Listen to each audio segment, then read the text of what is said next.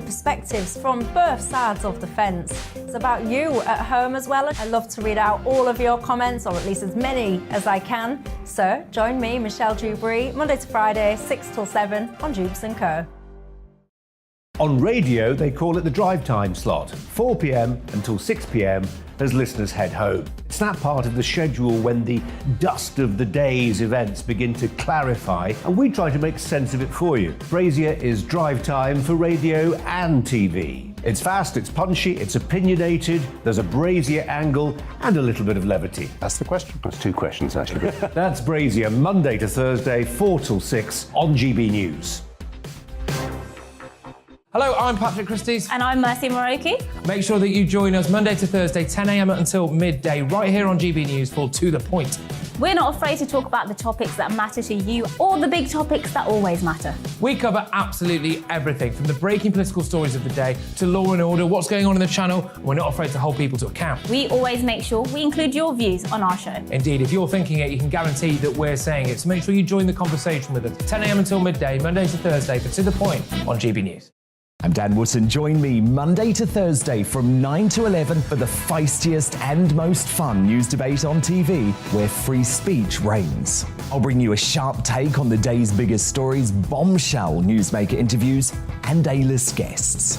And I guarantee you, no spin, no bias, no censorship, and no reason to go to bed. That's Dan Wootton tonight, Monday to Thursdays from 9 on GB News.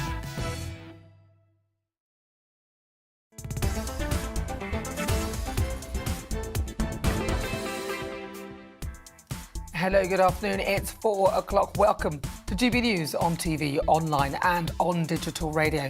I'm Nana Akua, and for the next 2 hours, me and my panel will be taking on some of those big topics that are hitting the headlines right now. This show is all about opinion. It's mine, it's theirs, and of course, it's yours. We'll be debating, discussing, and at times we will disagree, but no one will be cancelled. So joining me today, it's media personality and writer Christine Hamilton, and former Conservative advisor Claire Pearsall. Before we get started, let's get your latest news headlines.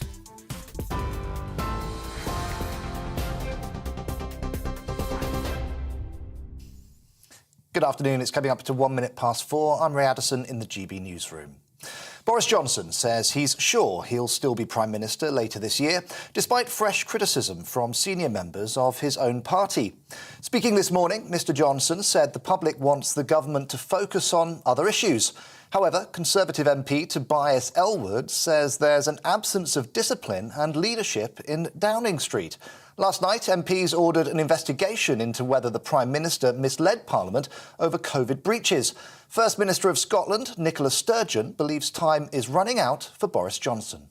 Tories in Westminster have got a big question to ask themselves, because every day they allow Boris Johnson to remain in office right now, they become complicit in all of the wrongdoing that he stands accused of. I think after the last, 24, 48 hours, I think it starts to feel that it is now a matter of when, not if, Boris Johnson is forced out as Prime Minister. I think that's what the vast majority of people of the country want to see. Well, Boris Johnson says a new partnership agreed with India will enable the country to strengthen its own defence industry. The Prime Minister is currently in New Delhi for talks with his Indian counterpart Narendra Modi. As part of the New Deal, Boris Johnson's pledged to support India's goal of building its own fighter jets, helping to reduce expensive imports of military equipment.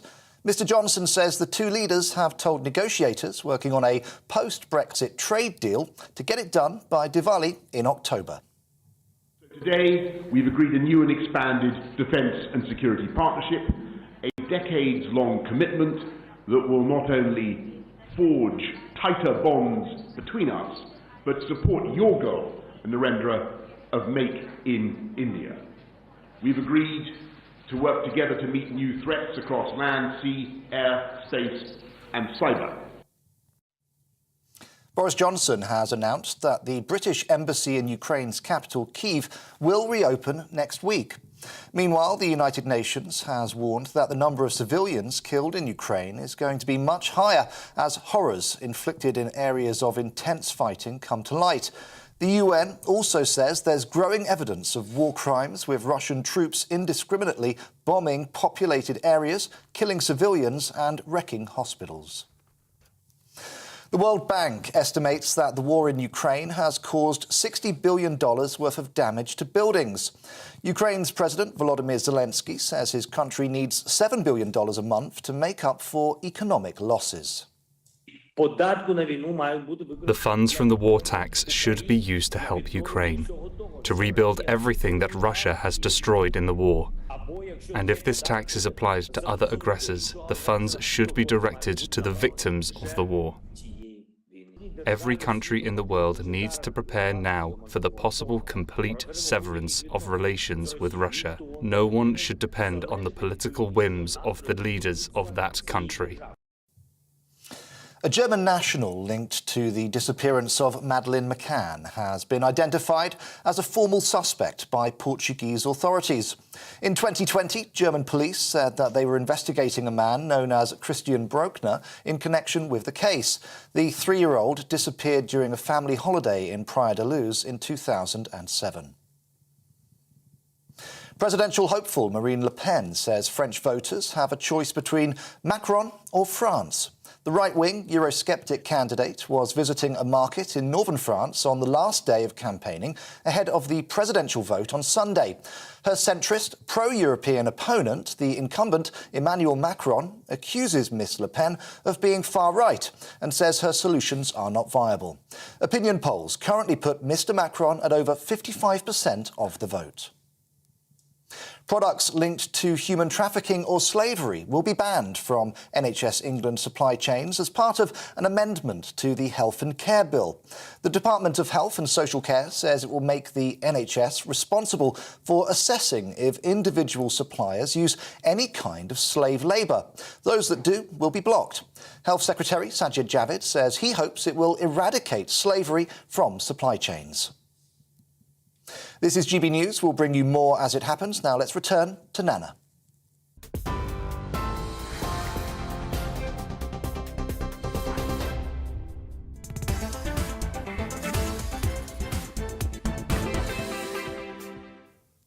It's fast approaching 6 minutes after 4 o'clock. Good afternoon. If you just joined me, I'm Nana Akua. This is GB News on TV, online and on digital radio. Look, I'm very into sustaining human life on the planet, obviously because I'm on it. But why is the government so focused on a costly net zero agenda when we're all in the midst of a cost of living crisis, one that has not been seen in decades? The government appear to be clinging on to this notion that net zero must be achieved at all costs, and they are simply not prepared to cut the green levies, which add an extra £150 to the average household bill. Boris Johnson apparently saying that there is a lot of prejudice against the green agenda. So whilst he swans about in India with a turban on his head, trying to blend in with the locals, talking about his favourite curry, attempting to make trade deals in one of the most polluting countries on the earth, he expects us to sup up this net zero baloney without question. Here's the thing. As much as I would like to save the existence of mankind on the planet, I also would like to keep my kids alive, and that means being able to afford to feed and clothe them. And whilst I appreciate that we cannot simply go on trashing the planet and expect it to continue to supply us with all the bad stuff, like fossil fuels, which are a natural occurrence, surely we have to look at this reality of net zero, as well as the cost of living crisis. And when you add them together and consider the skyrocketing costs of heating your home, filling your car if you drive one, the price rises in food and the national insurance hike, what the government are really talking about is an increase in the cost of living in the thousands for every household here in the UK. To be honest, achieving net zero in 30 years doesn't seem that relevant, and frankly, we all need a break. And even if net zero is the right thing to try to achieve, I mean, we've been wrong before. Remember diesel, now considered the spawn of Satan? We've been told that electric is the answer, but I still can't see how mining a load of resources to create electric cars and building a car park of charging points, scrapping perfectly decent working petrol ones to exchange them for electric, whose maximum performance can only be achieved if you drive 20 miles per hour on a sunny, dry day, is really actually going to cut the mustard. People now suffer with range anxiety alongside their eco-anxiety. Here's an idea. Instead of calling on us, the British public, to pay the green levies, how about we fund them by clawing back foreign aid from countries who are still trading with Russia, countries with space programmes, and those who are the most polluting on the earth, like India and China. The net zero agenda needs a rethink.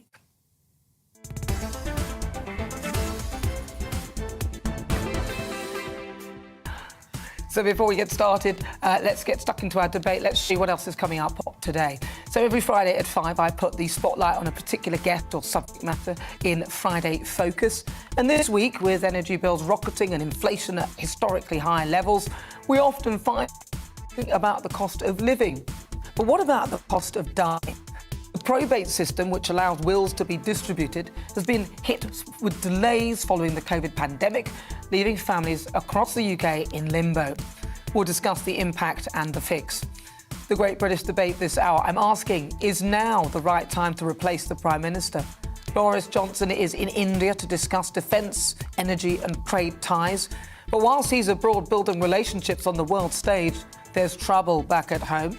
He suffered another blow yesterday as MPs voted to open a formal inquiry into whether the Prime Minister knowingly misled Parliament, leaving his future in doubt. But with a war in Ukraine and a cost of living crisis, I'm asking, is now the right time to replace him? And there's been a spike in cases of hepatitis in children. Health officials are now investigating 108 cases of sudden onset hepatitis. I'll find out why there's been a rise before 5 o'clock. Tell me what you think on everything we're discussing. You can email gbviews@gbnews.uk or tweet me @gbnews.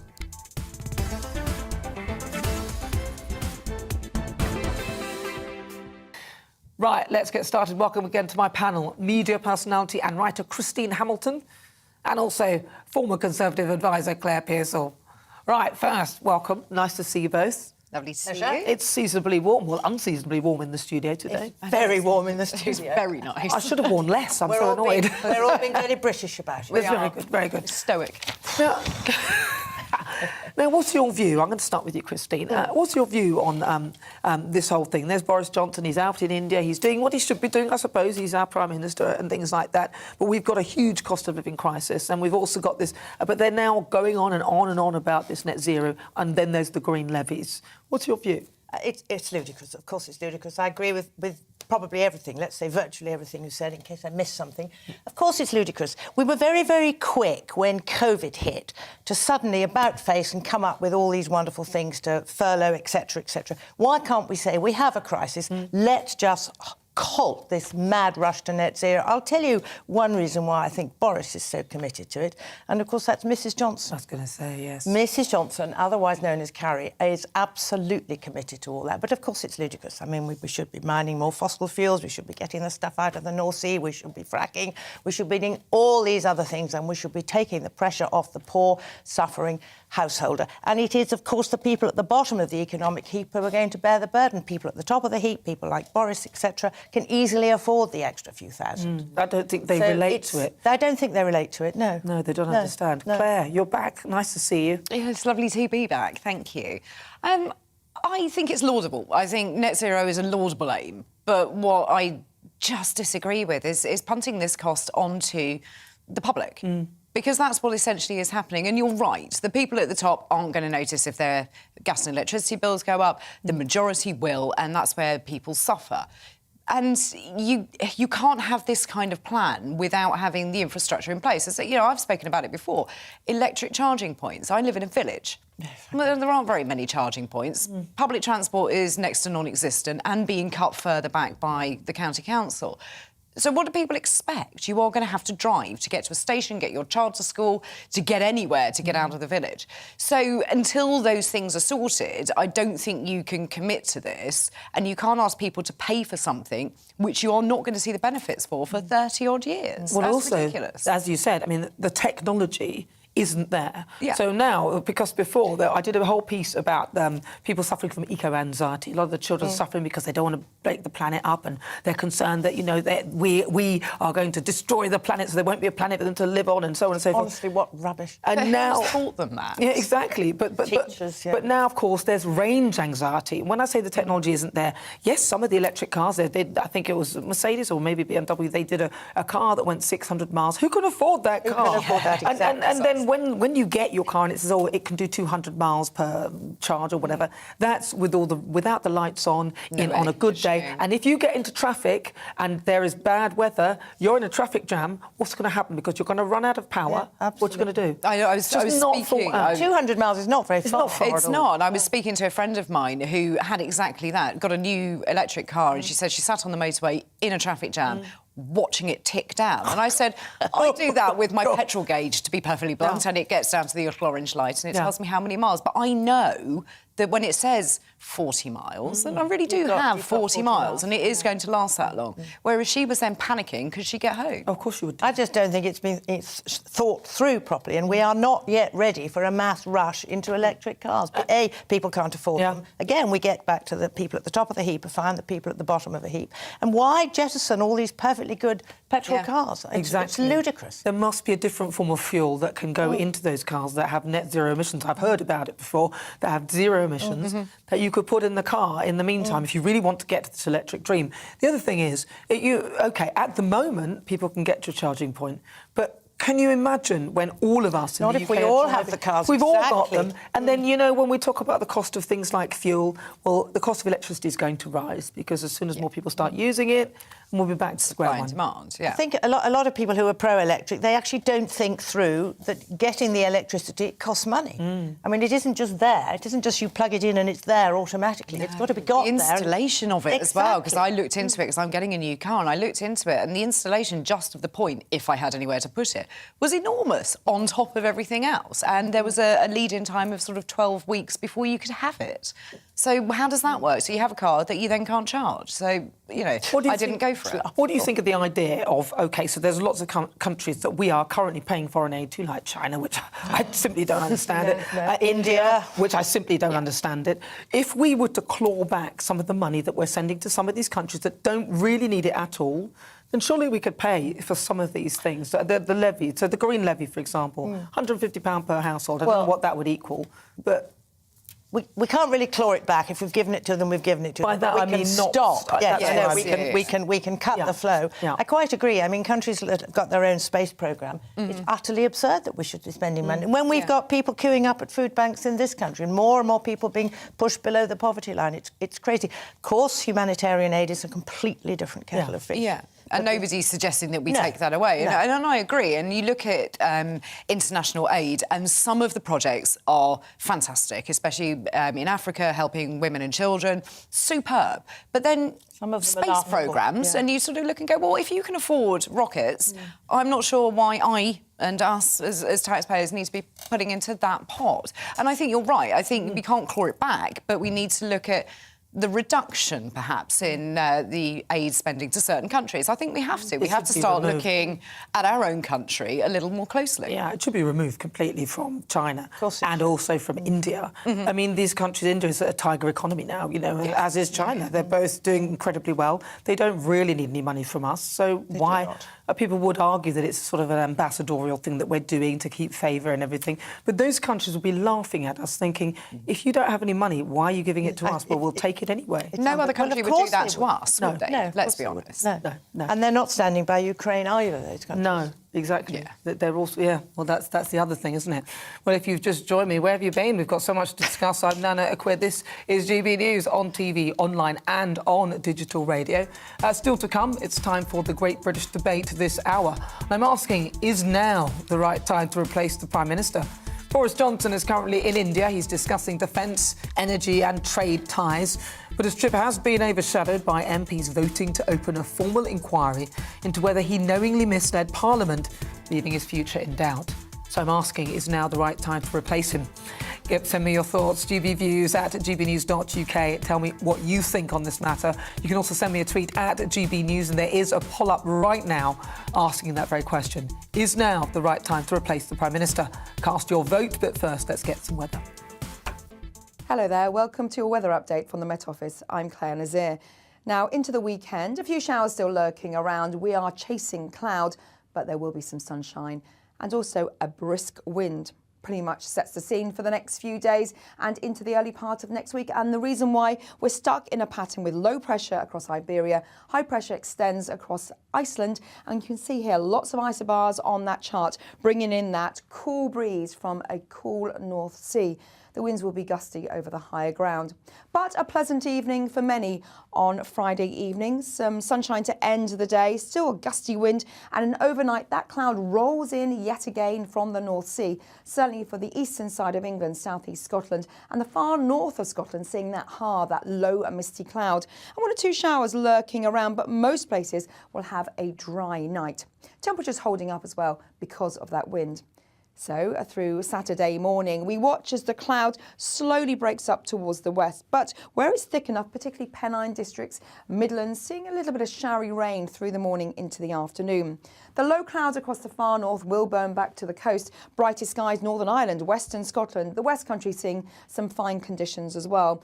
But if you catch that wind, it's going to feel cold, particularly on this east coast. So here, temperatures typically around 14, 15 degrees Celsius. Further west, we'll see a 16 to 18 Celsius. Now, through Saturday evening and overnight, we watch as some showers towards the near continent migrate towards the southeast of England and then push further west. So you may see a little bit of wet weather as we enter Sunday. But Sunday will be fair for most. Some sunshine, still that nagging wind, more cloud on Monday, a few showers towards the south. But the key feature of the weather over the next few days will be it will turn cooler. Certainly you'll feel the difference through the beginning of next week. Bye-bye. We've got a big Saturday for you on GB News. From 6 a.m, it's breakfast with Stephen and Anne. At 10, join Esther and Philip for the Saturday selection. Alistair, Darren and Nana take you through the day. And don't miss Neil Oliver Live at 7 p.m. At 9, it's Mark Dolan Tonight, followed by Headliners. That's Saturday on GB News.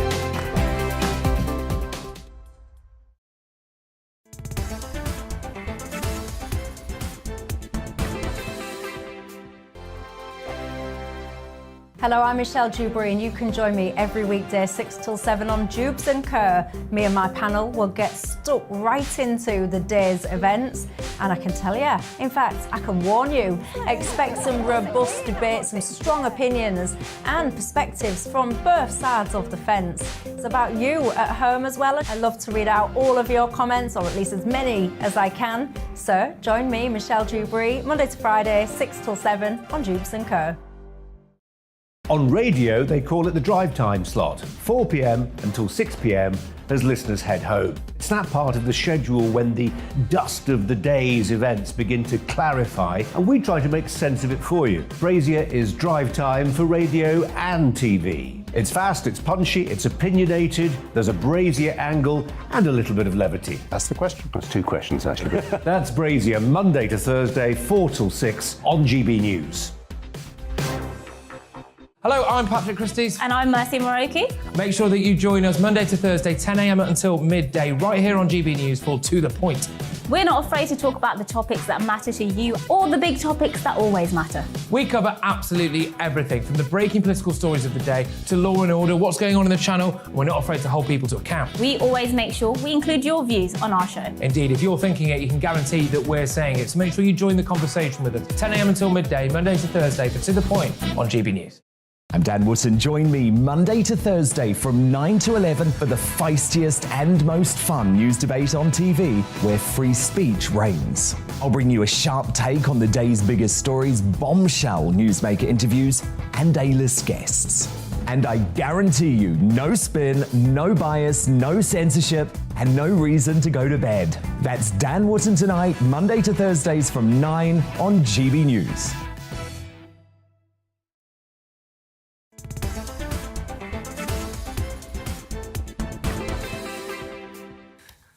It's coming up to 23 minutes after 4 o'clock. This is GB News on TV, online and on digital radio. I'm Nana Akua, and I'm still with my panel, former Conservative advisor Claire Pearsall and also media personality and writer Christine Hamilton. Right, so before the break, we were discussing Boris Johnson's fights to keep the green levy on our energy bills, despite growing pressure for them to be scrapped. Let's see exactly what you've been saying. Les says, Nana, from a fellow Geordie. That's me, I'm doing that to you. The green energy levy is a farce. We did not agree to this backdoor taxation. No, we didn't, did we? It's a bit annoying, actually. Brendan says there is no point in asking the government to tackle gas and oil prices. The agenda is to drive us away from gas and petrol in favour of heat pumps and electric cars. Project Zero has become a religion. Steve says, yes, we're facing a cost of living crisis, but the science is still there to back up the fact that we're in the midst of a climate crisis. Proper insulation is a much better and long-term solution which will reduce our energy consumption compared to yet more use of fossil fuels which will run out. Totally agree. Why are we not insulating our homes? I'm not going to lie on a road and tie my hands to anything or anything silly like that, but Insulate Britain do actually have a point. I do agree with them that, in fact, that we should be insulating our homes and it'll help to bring our bills down. I don't know why the government don't put some money into that for us instead. Right, but anyway, it's time for the Great British Debate, and I'm asking, is now the right time to replace the Prime Minister? Boris Johnson's trip to India has been overshadowed by troubles at home in Westminster. The Prime Minister met his counterpart, Narendra Modi, in Delhi and says that India has agreed a massive push towards striking a post-Brexit trade deal with the UK. But whilst he worked towards building relationships on the world stage, his leadership in Downing Street is far from certain. The Prime Minister will face a parliamentary investigation into whether he misled MPs. A number of MPs within his party have also renewed their calls for his resignation. But with Russia's invasion of Ukraine and a cost of living crisis, I'm asking, is now the right time to replace him? Right, so I'm joined in the studio by political editor of The Express Online, David Maddox. David, thank you so much for coming in. My pleasure. I read your most recent piece in The Express on growing calls for the Tory party boss, Boris Johnson, to go. How much pressure is he actually under? I think he's on a huge amount of pressure now, and I think yesterday Steve Baker's speech was kind of symbolic of what was happening behind the scenes, that he's losing the right of his party as well as the kind of liberal left of his party. And that's a big problem for him, because they're the ones who stopped the coup from happening last time. Well, it's a bit annoying though, isn't it? Because for me, looking on at this, I'm thinking, well, for those who voted for the Conservative Party, they voted specifically probably because Boris was at the helm. Because, as you know, they didn't want to vote for the Labour Party because we had, what's his face on there? Jeremy Corbyn, right? So they didn't... So leaders have a lot of impact. And actually, I find it somewhat irritating that the members within the Parliament, his MPs should dictate who the leaders should be. They'll lose in the next election, I think, if they get rid of them.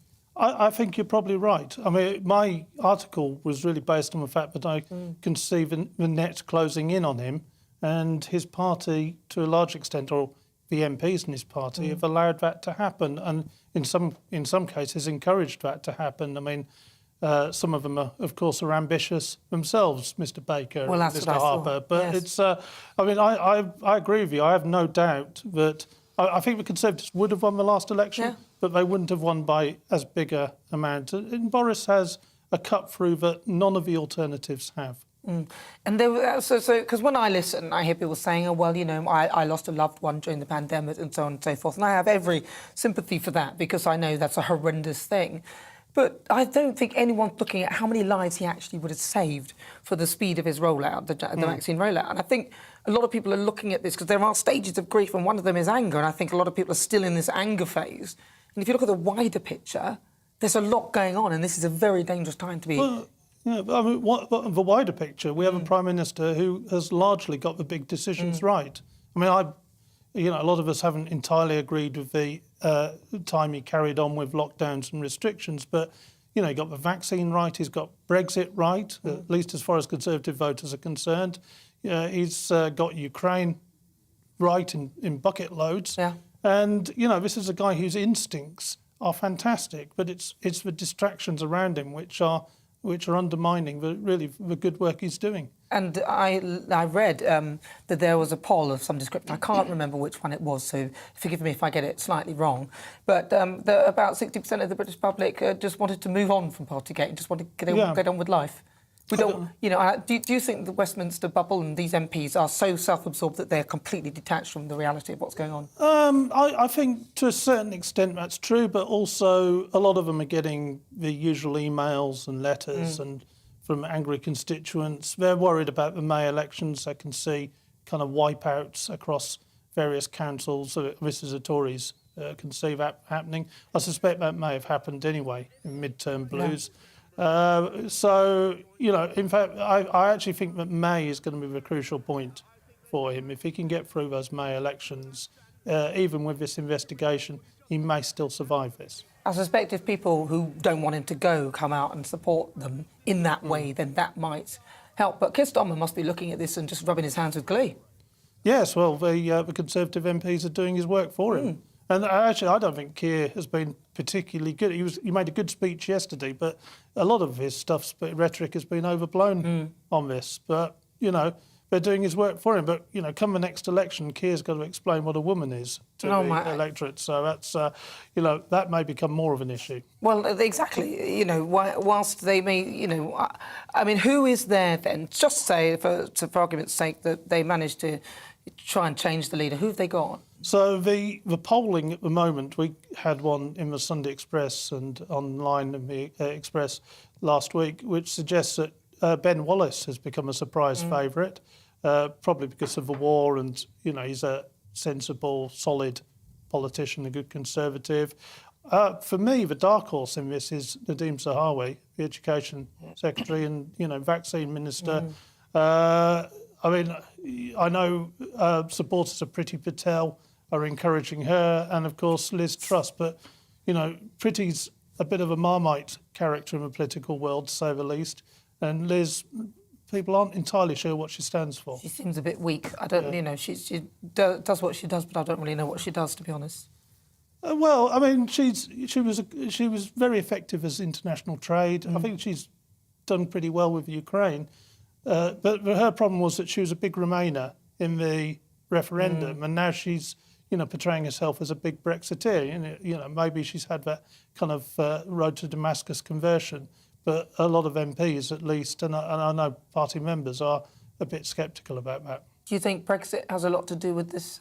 Still does, yeah. And you know, being in no doubt that the push to get out Boris is all related to trying to undo Brexit in the end. And, you know, some of the MPs have fallen for it. Well, I mean, let's see what happens. But I still, in my view, believe that, you know, he was elected in that way. I just don't see why the MP should be able to just get rid of him. Well, we don't officially have a presidential system. You could say that we do, that people effectively are voting for prime ministers, but we don't officially. Each MP is elected in their own right. So, you know, there's been plenty of, in recent history, plenty of prime ministers have been knifed or forced to resign. In fact, the last two that's happened too. And, you know, Tony Blair was forced out having won an election. Margaret Thatcher was as well. Well, indeed. But it's still, he won the election as a big election win, you know, and that's our system. And very, very briefly, from the outside looking in, so from other countries looking at us, getting rid of our Prime Minister based on this, what do you think they'd be thinking? Well, I wonder what people in the streets of Kiev are thinking, because they see this heroic Prime Minister who, more than any other international leader, has supported them, has done absolutely the right things, has forced the EU to support them as well. And we're, you know, on the verge of getting rid of him, and they must be wondering what on earth's going on. You know what the Labour Party might say? They say it's a distraction from Partygate. Indeed. Yes. Thank you very much, David. It's really good to talk to you. That's David Maddox. He's the political editor for The Express Online. Right, so it is, of course, the Great British Debate this hour. I'm asking, is now the right time to replace the Prime Minister? Let's have a quick look at what you've been saying. Michael says, if Partygate fades away completely, then proponents of getting rid of Boris should themselves be gotten rid of. John says, won't the Standards Committee simply conclude on Boris according to which party they are in? And Jemima says, so many people had to bury loved ones with just a couple of people at the funeral because of Boris's rules, and he can't even comply with them himself. It's time for him to go. Right, well, keep your thoughts coming. You're with me, I'm Nana Akua. This is GB News on TV, online and on digital radio. Still to come, we'll continue the Great British Debate. I'm asking, is now the right time to replace the Prime Minister? You'll hear the thoughts of my panel, media personality and writer Christine Hamilton, and also former Conservative advisor Claire Pearsall. But first, let's get your latest news headlines.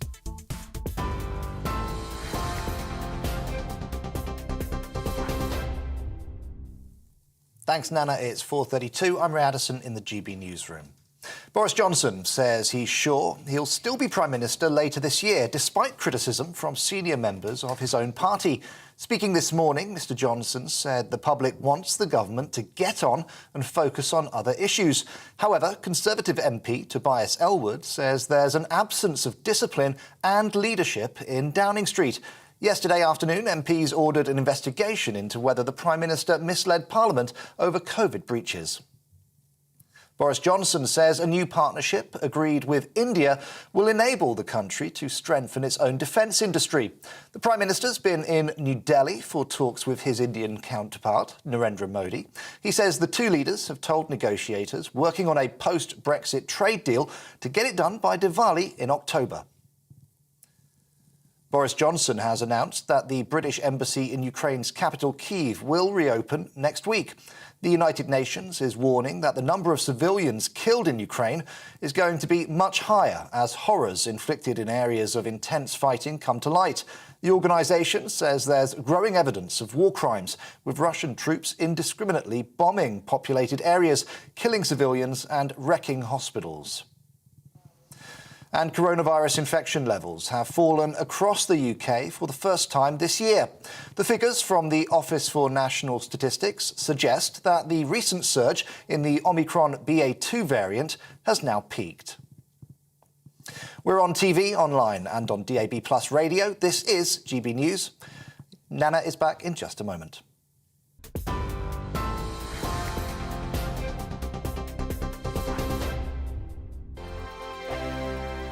Hello, I'm Michelle Dewberry, and you can join me every weekday 6 till 7 on Jubes and Kerr. Me and my panel will get stuck right into the day's events, and I can tell you, in fact, I can warn you, expect some robust debates, some strong opinions and perspectives from both sides of the fence. It's about you at home as well. I love to read out all of your comments, or at least as many as I can. So join me, Michelle Dewberry, Monday to Friday, 6 till 7 on Jubes and Kerr. On radio, they call it the drive time slot, 4 p.m. until 6 p.m. as listeners head home. It's that part of the schedule when the dust of the day's events begin to clarify, and we try to make sense of it for you. Brazier is drive time for radio and TV. It's fast, it's punchy, it's opinionated, there's a Brazier angle and a little bit of levity. That's the question. That's two questions, actually. That's Brazier, Monday to Thursday, 4 till 6 on GB News. Hello, I'm Patrick Christie's. And I'm Mercy Moroki. Make sure that you join us Monday to Thursday, 10 a.m. until midday, right here on GB News for To The Point. We're not afraid to talk about the topics that matter to you, or the big topics that always matter. We cover absolutely everything, from the breaking political stories of the day to law and order, what's going on in the channel. We're not afraid to hold people to account. We always make sure we include your views on our show. Indeed, if you're thinking it, you can guarantee that we're saying it. So make sure you join the conversation with us, 10 a.m. until midday, Monday to Thursday, for To The Point on GB News. I'm Dan Wootton. Join me Monday to Thursday from 9 to 11 for the feistiest and most fun news debate on TV, where free speech reigns. I'll bring you a sharp take on the day's biggest stories, bombshell newsmaker interviews, and A-list guests. And I guarantee you, no spin, no bias, no censorship, and no reason to go to bed. That's Dan Wootton tonight, Monday to Thursdays from 9 on GB News.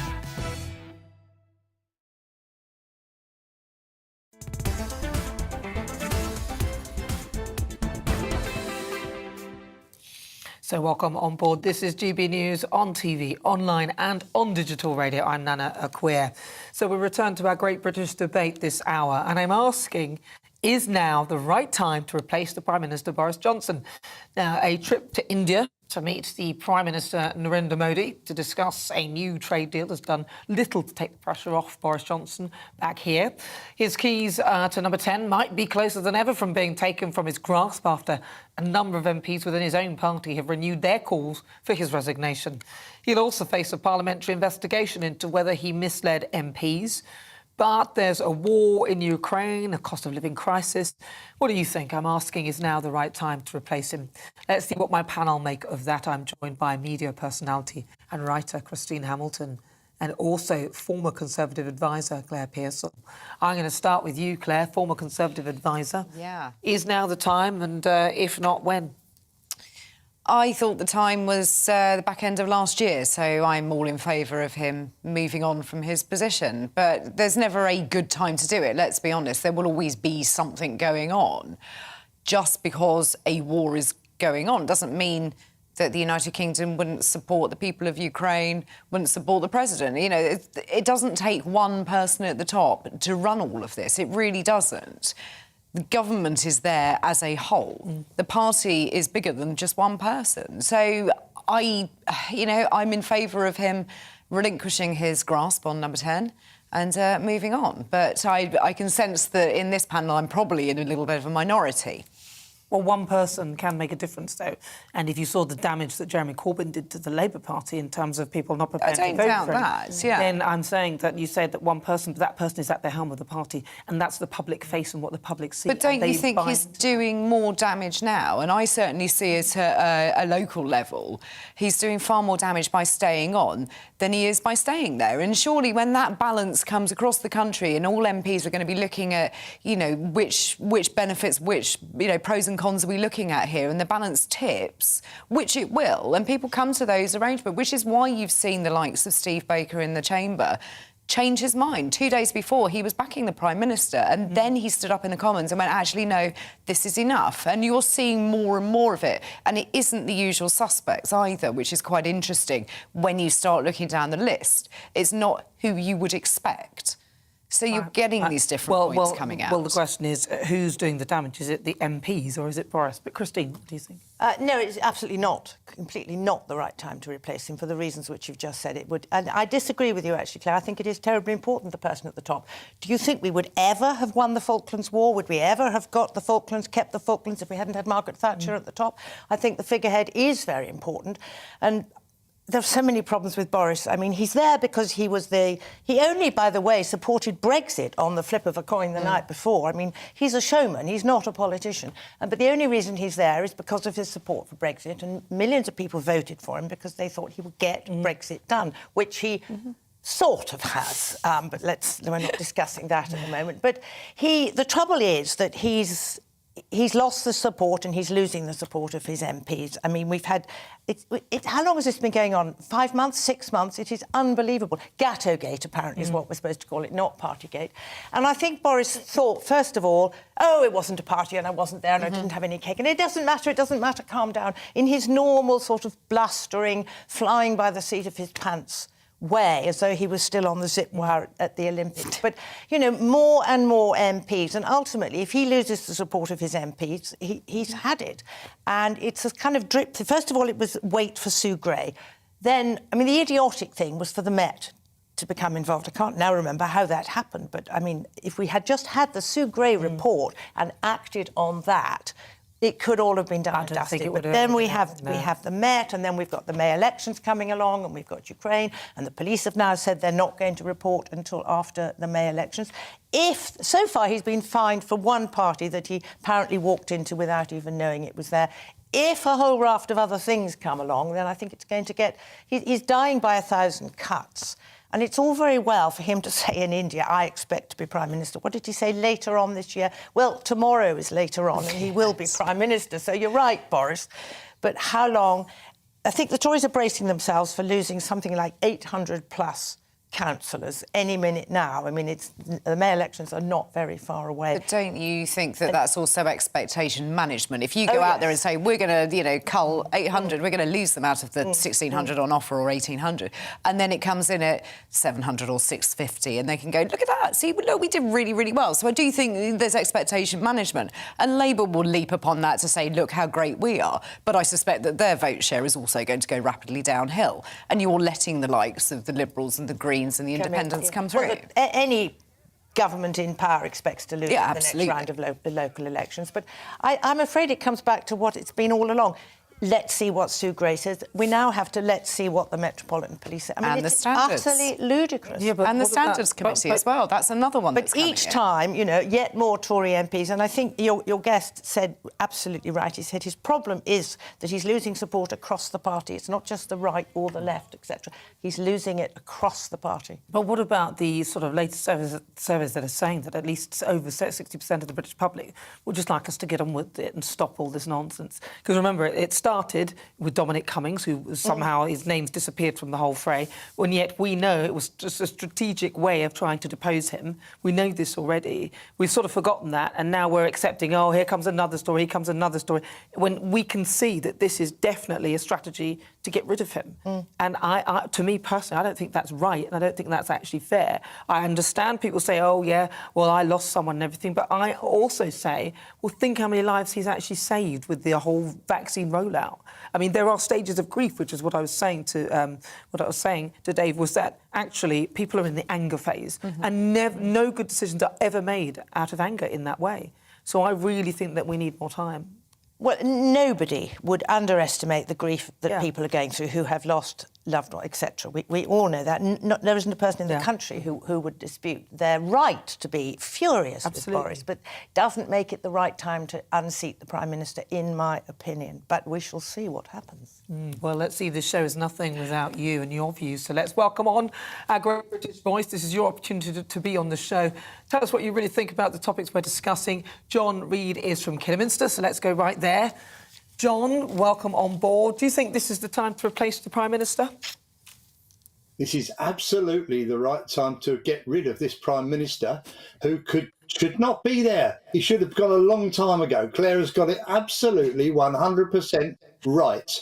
I think that a Prime Minister should be somebody you can trust and respect. And I've lost count of the number of apologies we've had off Boris. So he clearly understands that he himself has said the wrong thing at the wrong time. How could we possibly trust and respect him? I can see that some of the things he's done have been good, vaccine rollout being a good example. But hey-ho, how can you trust and respect this man when he lies the way he does? I'm with Claire. Get him out and do it soon and get the pain over. Lance the boil. I'm not a Tory voter. I'm undecided, really, but certainly I would not even consider voting Tory as long as he's in control. So you're not a Tory voter. Are you normally a Labour voter, or what did you? Can you say what you voted the last time? Yeah, in my life I was 74 yesterday, so I voted a few times, and in my life I voted Labour and I voted Independent. So I'd have also voted Tory in the 70s. I was once an admirer of Margaret Thatcher, although that tended to lapse a little bit as time went on. But yeah, I float around a bit. So you're not really a Tory voter, but it's interesting to hear your view on that. John, thank you so much. That's John Reid in Kidderminster there. You see, now John says that, but he has also confessed, because I wanted to find out whether he'd have voted Tory in any case, and he's sort of saying no, he wouldn't have anyway. So, you know. I think people who voted Tory, and I didn't, I'm not one of them, factored in that they knew that Boris was, frankly, a liar.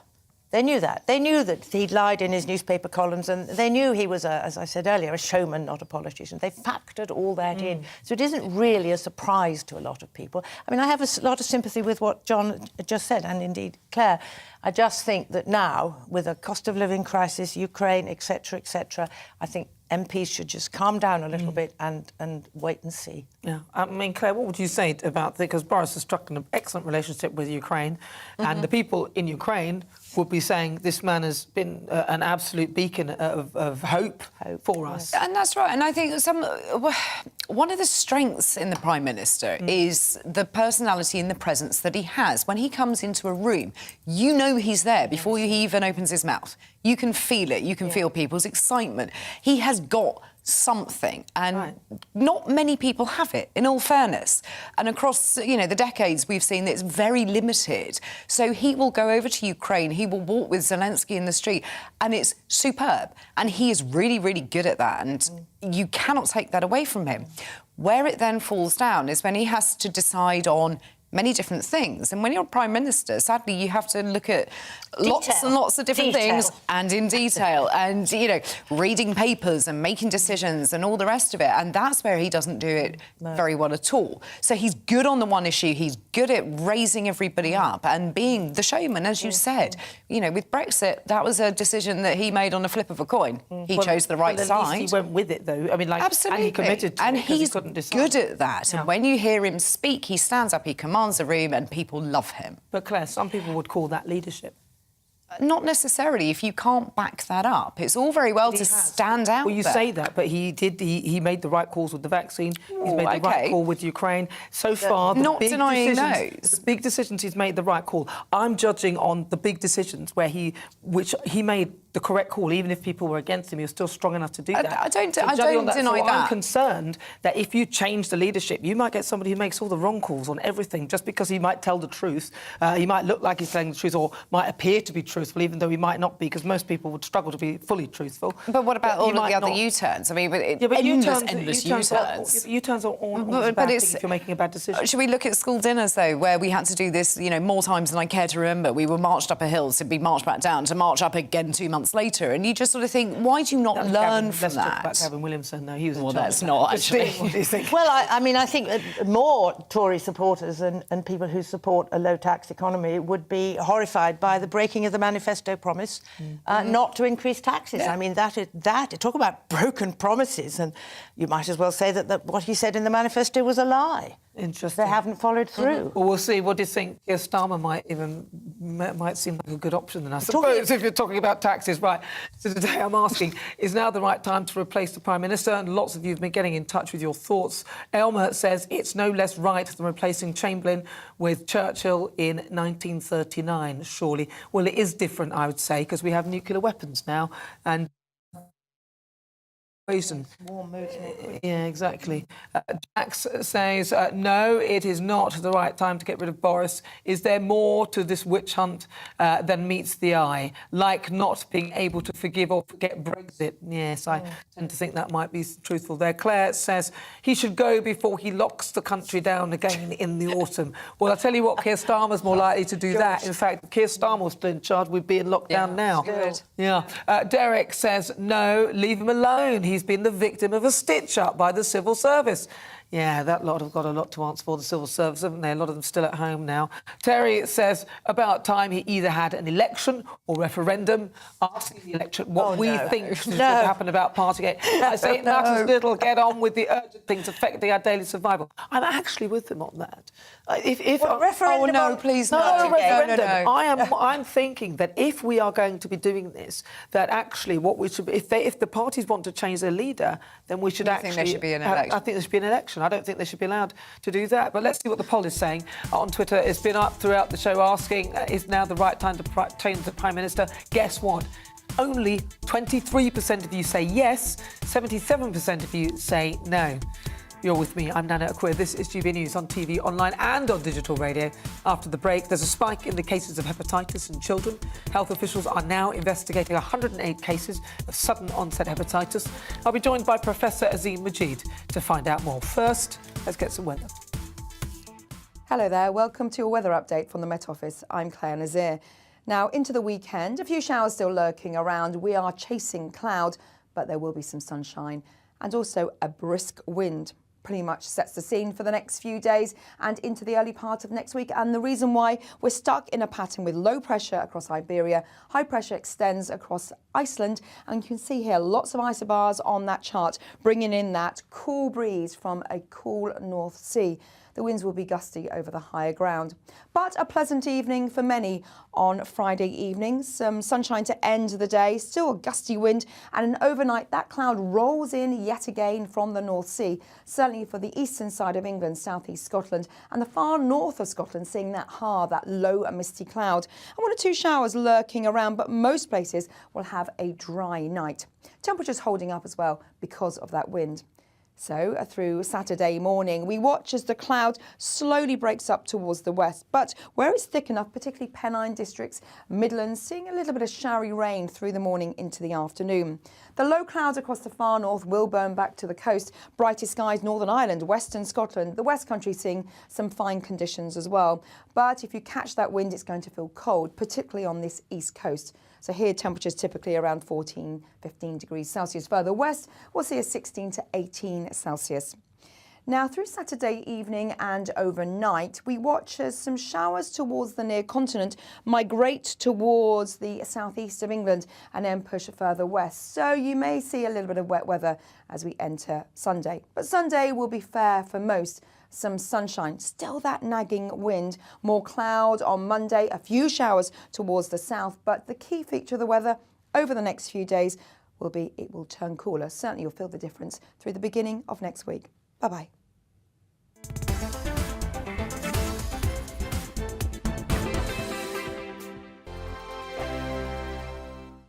Hello, I'm Michelle Dewberry, and you can join me every weekday 6 till 7 on Jubes & Kerr. Me and my panel will get stuck right into the day's events, and I can tell you, in fact, I can warn you, expect some robust debate, some strong opinions and perspectives from both sides of the fence. It's about you at home as well. I love to read out all of your comments, or at least as many as I can. So join me, Michelle Dewberry, Monday to Friday, 6 till 7 on Jubes & Kerr. On radio, they call it the drive time slot, 4 p.m. until 6 p.m. as listeners head home. It's that part of the schedule when the dust of the day's events begin to clarify, and we try to make sense of it for you. Brazier is drive time for radio and TV. It's fast, it's punchy, it's opinionated, there's a Brazier angle and a little bit of levity. That's the question. That's 2 questions, actually. That's Brazier, Monday to Thursday, 4 till 6 on GB News. Hello, I'm Patrick Christie's. And I'm Mercy Moroki. Make sure that you join us Monday to Thursday, 10 a.m. until midday, right here on GB News for To The Point. We're not afraid to talk about the topics that matter to you or the big topics that always matter. We cover absolutely everything, from the breaking political stories of the day to law and order, what's going on in the channel. We're not afraid to hold people to account. We always make sure we include your views on our show. Indeed, if you're thinking it, you can guarantee that we're saying it. So make sure you join the conversation with us, 10 a.m. until midday, Monday to Thursday, for To The Point on GB News. I'm Dan Wootton. Join me Monday to Thursday from 9 to 11 for the feistiest and most fun news debate on TV, where free speech reigns. I'll bring you a sharp take on the day's biggest stories, bombshell newsmaker interviews, and A-list guests. And I guarantee you, no spin, no bias, no censorship, and no reason to go to bed. That's Dan Wootton tonight, Monday to Thursdays from 9 on GB News.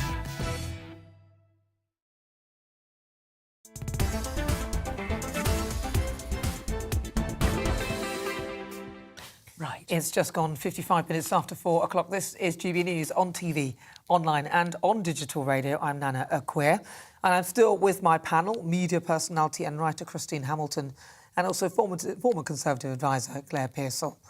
Now, there's been a spike in the number of children with hepatitis in the UK, with health officials investigating over 100 cases of the illness, which affects the liver. They say that it's increasingly likely that a virus which causes flu symptoms, known as the adenovirus, could be the cause. So I'm joined now by Professor Azim Majid, a professor of primary care and public health at Imperial College London.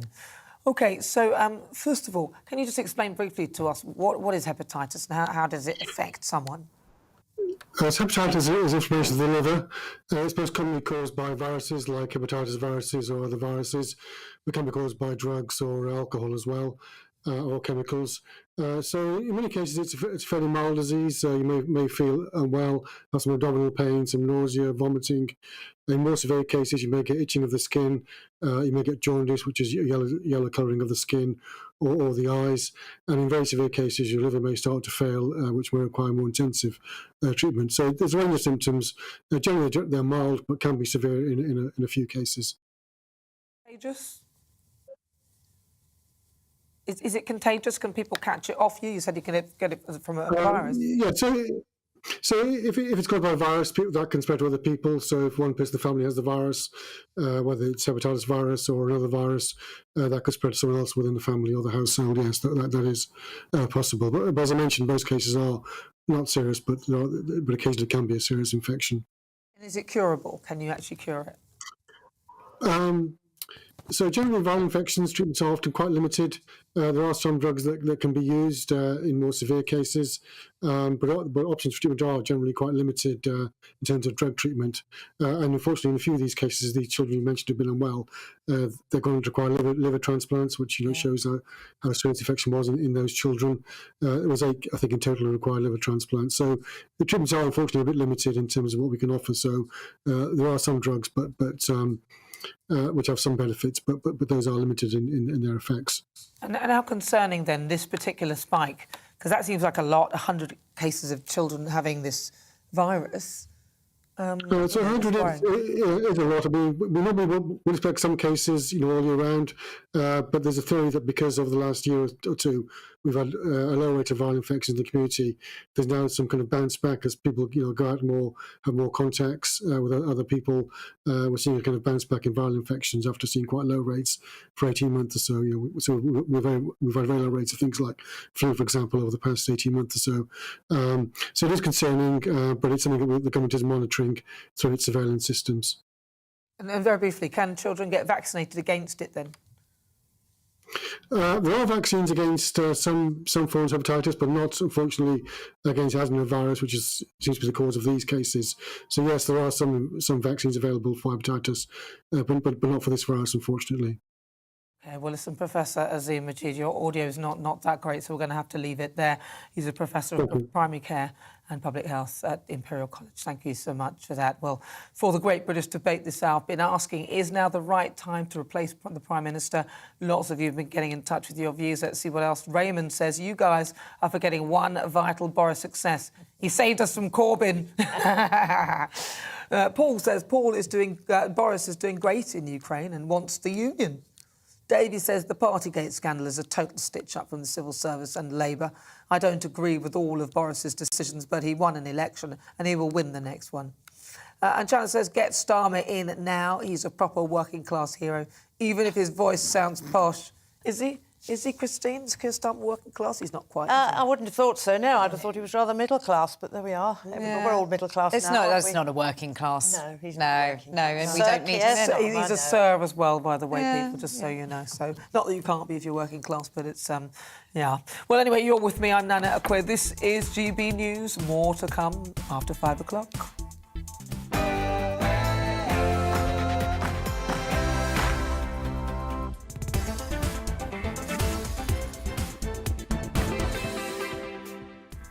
So it's coming up to 5 o'clock. You're with me, I'm Nana Akua. This is GB News on TV, online and on digital radio. And now for the next hour, me and my panel will be taking on some of the big topics hitting the headlines right now. But first, let's get your latest news headlines.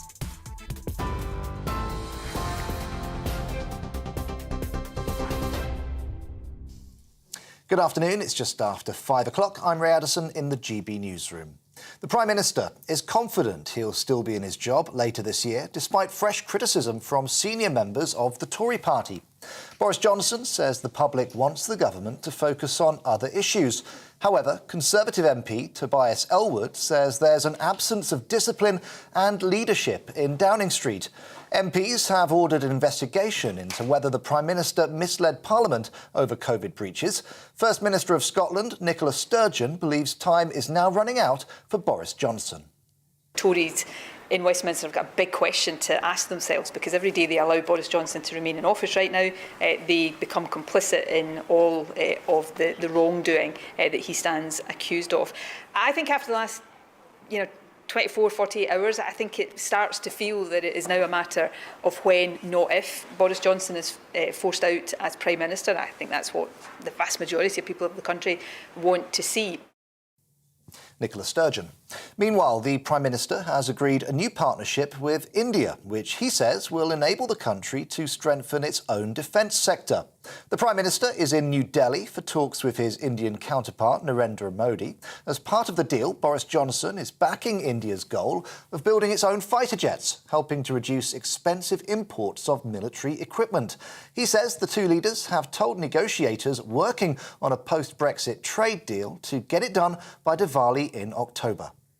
So today, we've agreed a new and expanded defence and security partnership, a decades-long commitment that will not only forge tighter bonds between us, but support your goal, Narendra, of Make in India. We've agreed to work together to meet new threats across land, sea, air, space and cyber. Boris Johnson has announced that the British Embassy in Kyiv will reopen next week. The UK temporarily relocated its consulate to Lviv in February, days before Russia invaded. The Prime Minister says it's reopening in the Ukrainian capital after the extraordinary fortitude and the success of President Zelensky and the Ukrainian people. Meanwhile, the World Bank estimates that the war in Ukraine has caused $60 billion worth of damage to buildings. President Volodymyr Zelensky says his country needs $7 billion a month to make up for economic losses. The funds from the war tax should be used to help Ukraine, to rebuild everything that Russia has destroyed in the war. And if this tax is applied to other aggressors, the funds should be directed to the victims of the war. Every country in the world needs to prepare now for the possible complete severance of relations with Russia. No one should depend on the political whims of the leaders of that country. A German national linked to the disappearance of Madeline McCann has been identified as a formal suspect by Portuguese authorities. In 2020, German police said that they were investigating a man known as Christian Bruckner in connection with the case. The 3-year-old disappeared during a family holiday in Praia da Luz in 2007. Presidential hopeful Marine Le Pen says French voters have a choice between Macron or France. The right-wing Eurosceptic candidate was visiting a market in the north of the country on the last day of campaigning ahead of the presidential vote on Sunday. Her centrist, pro-European opponent, the incumbent Emmanuel Macron, accuses Ms Le Pen of being far-right and says her solutions are not viable. Opinion polls currently put Mr Macron on over 55% of the vote. Products linked to human trafficking or slavery are going to be banned from NHS England supply chains. The Department of Health and Social Care says it will make the NHS responsible for assessing if individual supplies used any kind of slave labour. Those that do will be blocked. Health Secretary Sajid Javid says he hopes it will eradicate slavery from supply chains. Coronavirus infection levels have fallen across the UK for the first time this year. The figures from the Office for National Statistics suggest that the recent surge in the Omicron BA2 variant has now peaked. 3.8 million people are still estimated to have the virus in the UK, and deaths involving COVID are continuing to rise. But they remain well below numbers seen during the first and second waves of the pandemic.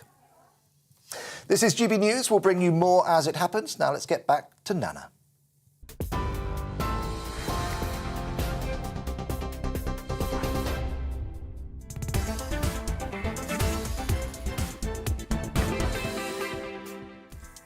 So it's just coming up to 6 minutes after 5 o'clock. This is GB News on TV, online and on digital radio. I'm Nana Akua, and for the next hour, me and my panel will be taking on some of those big topics that are hitting the headlines right now. This show is all about opinion. That's mine, theirs, and of course yours. We'll be debating, discussing, and at times we will disagree, but no one will be cancelled. So joining me today, it's former Conservative advisor Claire Pearsall and media personality and writer Christine Hamilton. Still to come in a few moments, I'll put the spotlight on a particular subject matter in my Friday focus. And this week, with energy bills rocketing and inflation at historically high levels, we often find ourselves talking about the cost of living. But what about the cost of dying? The probate system, which allows wills to be distributed, has been hit with delays following the COVID pandemic. I'll be joined in the studio by a probate lawyer and the Conservative MP John Stevens to find out about the problems in the system. The Great British Debate this hour, I'm asking, is it time to cut Prince Harry off for good? The Duke of Sussex, has made headlines yet again with another TV interview featuring on NBC's Today Show, where he said that he visited the Queen to check that she has the right people around her. But with reports the royal family is growing weary with the drama surrounding him, I'm asking, is it finally time to cut him off from the royals for good? And is it time to stop smacking your children? The Education Secretary Nadeem Zahawi has said that this week that his wife smacks their daughter on occasion when she is misbehaving. He made the comments after rejecting calls for a smacking ban in England as the Children's Commissioner signalled her support for the law. So, is it time to introduce a smacking ban? Let me know what you think on everything we're discussing. You can email gbviews@gbnews.uk or tweet us at GBNews.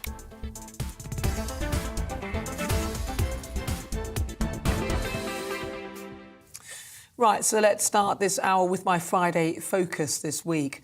Probate might not be something that we talk about every day, but it is actually quite important in passing on our savings, houses and estates to our loved ones when we pass on.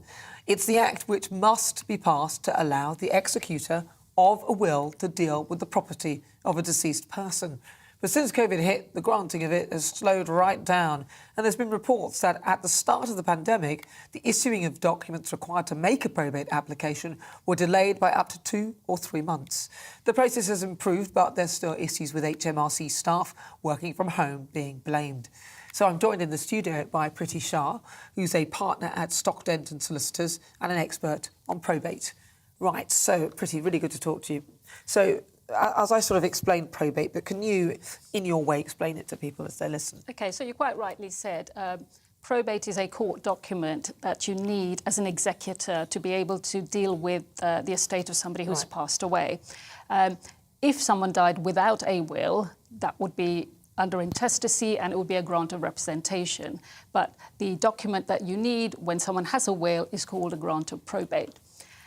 The process is broadly that you need to ascertain the deceased's assets or the liabilities and then file a return with HMRC.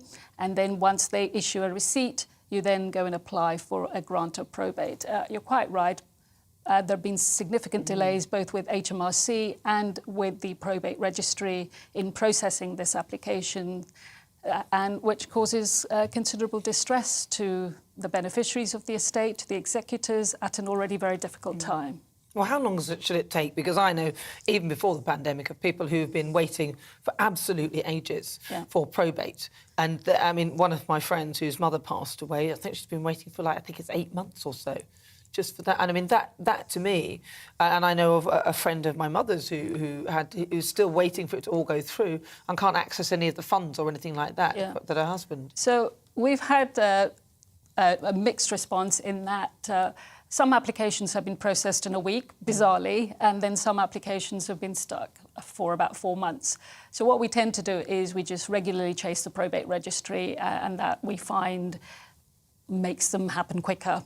So if somebody passes away, you get the probate sort of sorted. How soon can you get, say if they've left you a house or something like that, how soon do those assets then get released into that to that person? OK. So once you have a grant of probate, they then need to be sent off to the banks, the building society, where the deceased may have had bank accounts. They need to be sent to the land registry to transfer the property to the beneficiary. Again, we're having delays not just with the probate registry and HMRC, but also with the land registry and the Office of Public Guardian, and just generally it's been very slow. So could somebody be waiting to access funds for a long time? And if so, if they are, how long are they expected to wait? So say if a partner dies and leaves things to the other partner, the other partner can't access any of those things until you've got through the whole thing. Yeah. You're quite right. I mean, what we try and advise clients to do is if they can have joint accounts with their spouse, so that if the inevitable happens, then at least they have access to some funds and they're not in this situation, this destitute situation where they're waiting for months for probate to be granted and for the estate to be administered. I see. So a joint account would prevent that from being closed down. Yeah.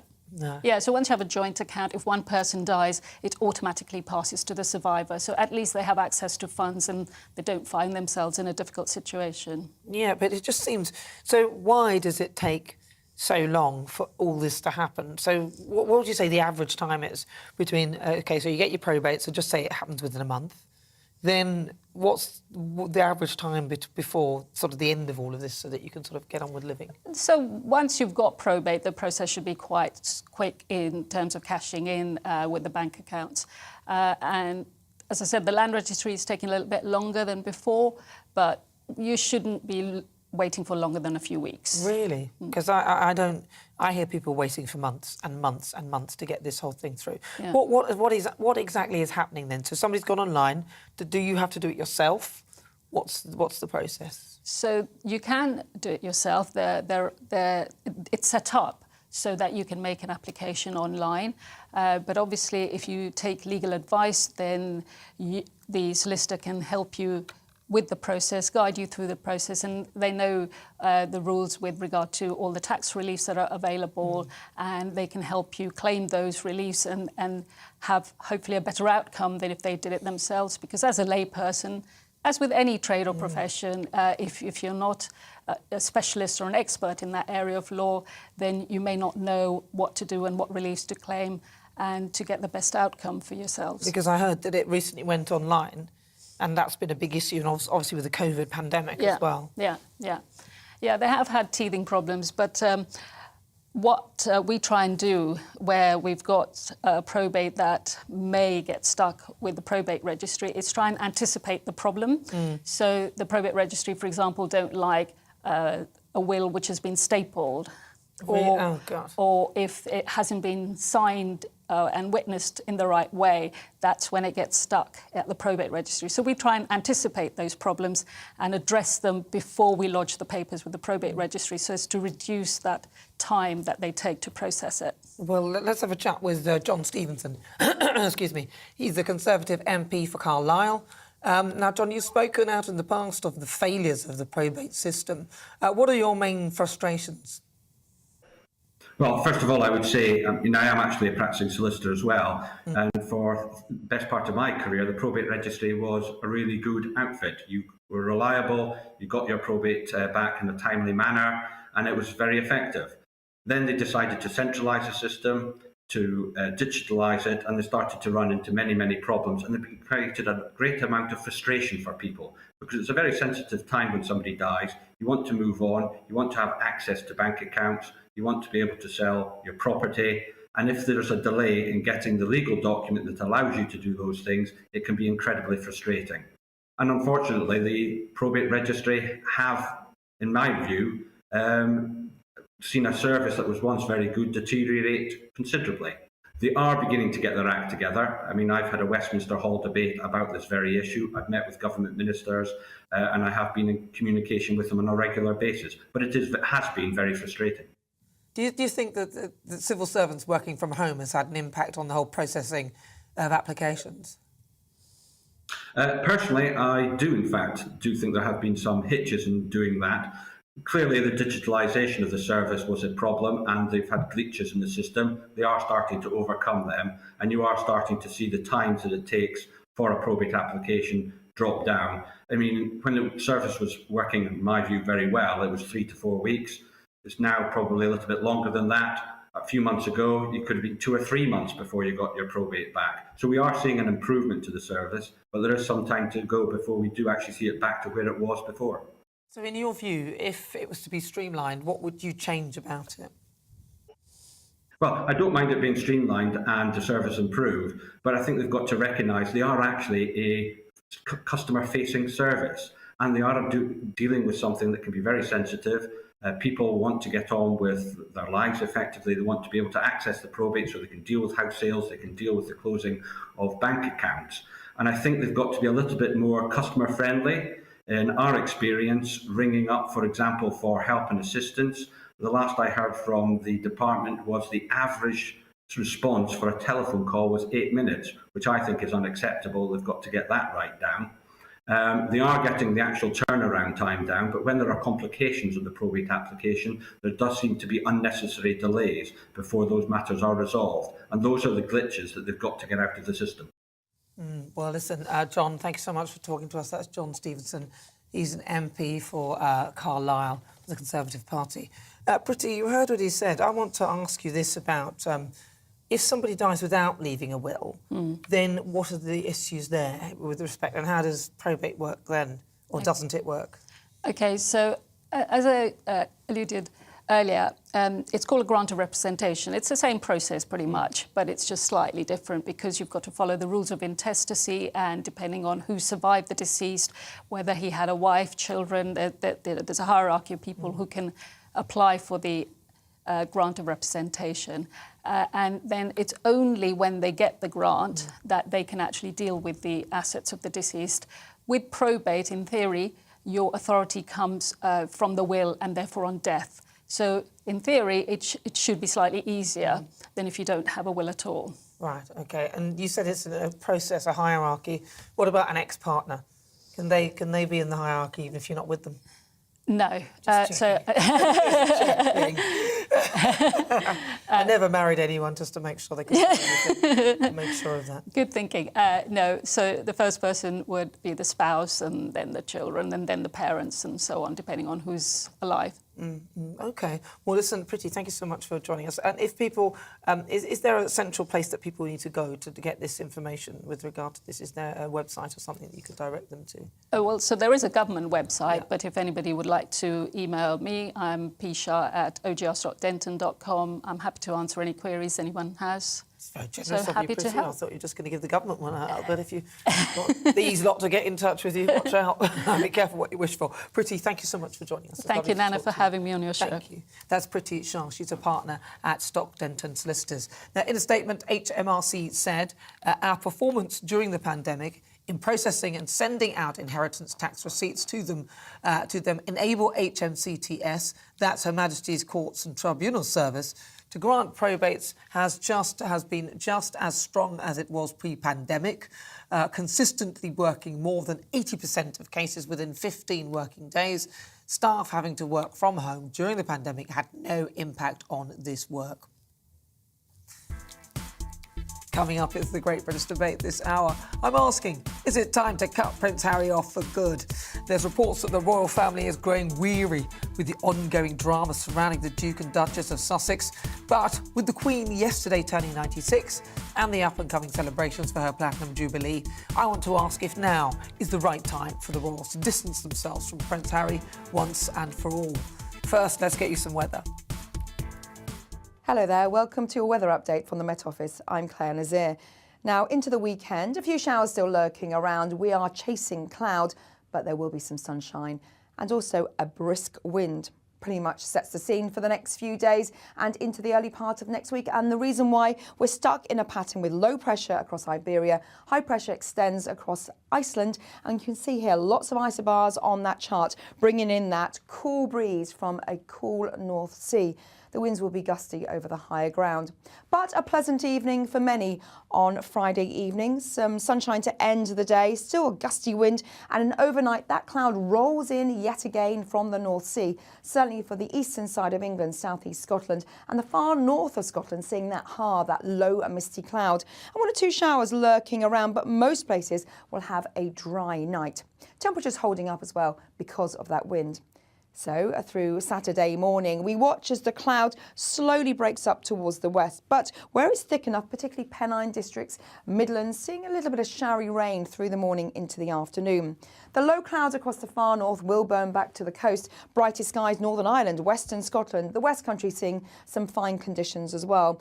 But if you catch that wind, it's going to feel cold, particularly on this east coast. So here, temperatures typically around 14, 15 degrees Celsius. Further west, we'll see a 16 to 18 Celsius.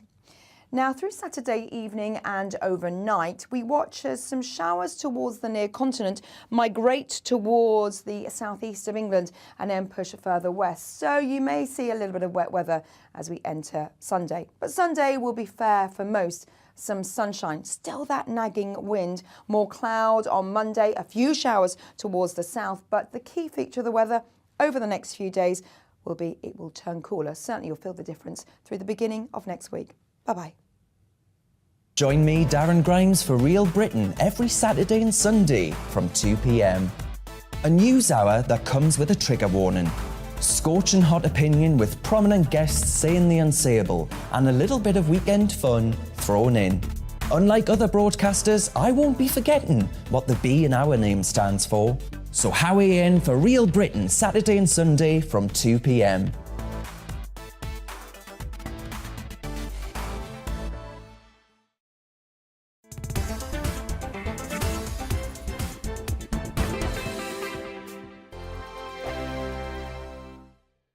Hello, I'm Michelle Dewberry and you can join me every weekday 6 till 7 on Jubes and Kerr. Me and my panel will get stuck right into the day's events and I can tell you, in fact, I can warn you, expect some robust debates, some strong opinions and perspectives from both sides of the fence. It's about you at home as well. I love to read out all of your comments, or at least as many as I can. So join me, Michelle Dewberry, Monday to Friday, 6 till 7 on Jubes and Kerr. On radio, they call it the drive time slot, 4 p.m. until 6 p.m. as listeners head home. It's that part of the schedule when the dust of the day's events begin to clarify, and we try to make sense of it for you. Brazier is drive time for radio and TV. It's fast, it's punchy, it's opinionated, there's a Brazier angle and a little bit of levity. That's the question. That's two questions, actually. That's Brazier, Monday to Thursday, 4 till 6 on GB News. Hello, I'm Patrick Christie's. And I'm Mercy Moroki. Make sure that you join us Monday to Thursday, 10 a.m. until midday, right here on GB News for To The Point. We're not afraid to talk about the topics that matter to you or the big topics that always matter. We cover absolutely everything, from the breaking political stories of the day to law and order, what's going on in the channel. We're not afraid to hold people to account. We always make sure we include your views on our show. Indeed, if you're thinking it, you can guarantee that we're saying it. So make sure you join the conversation with us, 10 a.m. until midday, Monday to Thursday, for To The Point on GB News. I'm Dan Wootton. Join me Monday to Thursday from 9 to 11 for the feistiest and most fun news debate on TV, where free speech reigns. I'll bring you a sharp take on the day's biggest stories, bombshell newsmaker interviews, and A-list guests. And I guarantee you, no spin, no bias, no censorship, and no reason to go to bed. That's Dan Wootton tonight, Monday to Thursdays from 9 on GB News.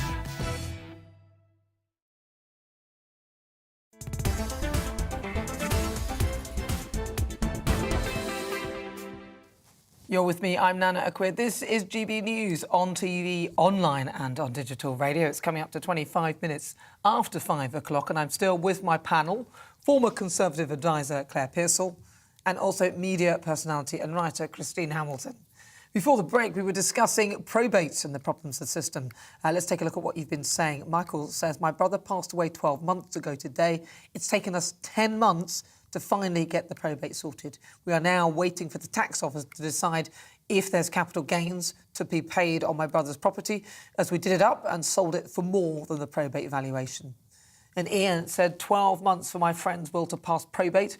I was the executor. Very frustrating. The system is broken. Yeah, I hear a lot of stories, a lot of people telling me all about that. So I was interested to hear Pretty saying that it shouldn't really take that long, which, in my experience and what I've heard, isn't actually the case. But that's over to you. But now it's time for our Great British Debate this hour. And I'm asking, is it time to cut Prince Harry off for good?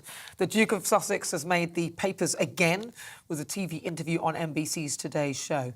The Prince, who moved to America to get away from being a working member of the royal family, said he visited the Queen to check that she had, I quote, the right people around her.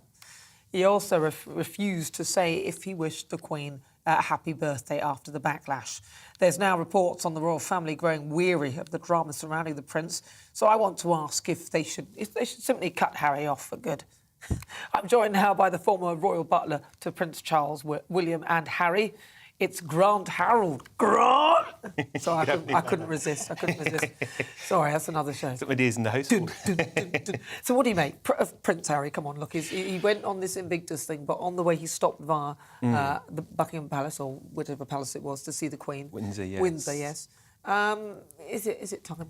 He needs to stop this, right? I think that... I'm glad he did pop in.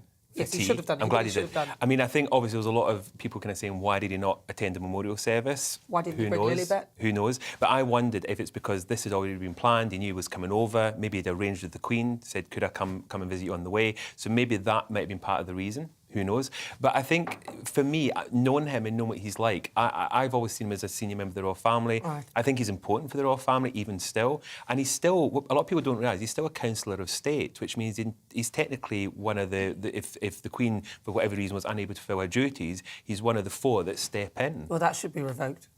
That's what I was surprised that he still is, especially as he stood down. But he's still, as the monarchy website still states, he is alongside Prince Andrew, Prince Charles, and his brother Prince William. He's still a councillor of state. Maybe that's why he's hanging about. Well, I don't know. I mean, look, he said he wanted some privacy. He didn't want to be part of all of this whole sort of thing. But then, I think it's slightly insulting for people to see this, or even though it's partly none of our business now because he's not a member of the royal family, a working royal, as it were. But I think because we care about the Queen, and I do, I know I've never met her, but she seems fascinating and amazing. I just don't understand why they didn't bring Lilibet. I agree. I don't understand why they didn't, because I think that'd be nice for the Queen to have actually met her, and I hope that is something that will happen. I mean, I think he said again, he brought up security. That's the part I don't understand. I don't understand. I'm aware from working for the royal family how important security is. Right. I mean, it's fantastic security. So I don't really understand why that's an issue. I don't get that at all. But I think it is important. The Queen, look at in recent months, she obviously hasn't been in the best of health, struggling with mobility. Family is so important to the Queen. It's always been a big thing for her, and I have no doubt that she will want to meet her granddaughter. So I'm hoping that will happen soon. But the other thing is the Queen adores Prince Harry because he has, I wouldn't say he's the favourite, but he's always had a soft spot, I think, or the Queen has a soft spot for him, because I've always said he reminds her of Prince Philip, I think. Do you not think it's a bit of a contradiction, though, that they say they want to be out of the media spotlight, but then they do these things? They've got Netflix, the film crew following behind them, and, you know... I kind of said I see them more as celebrity royals, if I can say that, and this is very different because royals don't do this kind of thing, but royals have done documentaries in the past. That doesn't surprise me. I think, one hand, asking for the privacy, I understand that, but as you said, suddenly then doing the opposite doesn't make sense. The Invictus Games, slightly different because that's something, obviously, he's created, he's very much involved in it, and so I can understand why he's there, and obviously he's a big part of that. But I think with the Netflix documentary, that I didn't understand, because asking for privacy, why are you then suddenly letting the world into your house? So even you. That surprised me. Surprised me. But I'm guessing it's just how they're going to, been working at celebrity royals. This is the lifestyle, and this is how they're going to be. It's interesting to see how this is going to work out, because I've always said, going forward, I mean, obviously there's a lot of popularity for William and Kate. Everybody, adores We love them. They're brilliant. Kate's incredible. It's interesting going forward to see, as the years progress, which ones, if I can say, it's not a competition, but who does better, who keeps the public on side. I think it's quite obvious which ones. I think if you look at, even the American public aren't buying into the full Harry and Meghan thing now either. And they are turning, I think they're going to end up, when a movie comes out on the big screen, then something comes out on DVD. We don't have DVDs anymore, but that's where they are, I think, really. I mean, no, but do you think that perhaps, do you think that him and Meghan, do you think they have damaged the monarchy? I don't think none of it has done any favours. No. And this is the problem. We've seen in the past that the monarchy, there's times when it's strong, there's times when it's not. And there's been a few occasions where we've even wondered if the monarchy will survive different things. And I think at this moment in time, we don't need this kind of negativity of anyone kind of causing any kind of, if I can say, bad press around the monarchy. And I also feel for the Queen, because, I mean, she's just celebrated her 96th birthday. We are all hoping and praying that she can carry on like her mother into her hundreds. But this kind of thing, it seems unfair when the Queen's tried to do everything right over all these decades, and then these things that are happening are obviously, they are damaging it. There's no question it damages it. And I don't think Harry... I don't believe he'd be trying to do it intentionally. I think it's just to me, and listen to what he said over the years, it's almost kind of standing up, but I don't really understand, even I don't understand why. I don't understand it. Something's obviously Do you think he's bitter over the whole thing, first of all?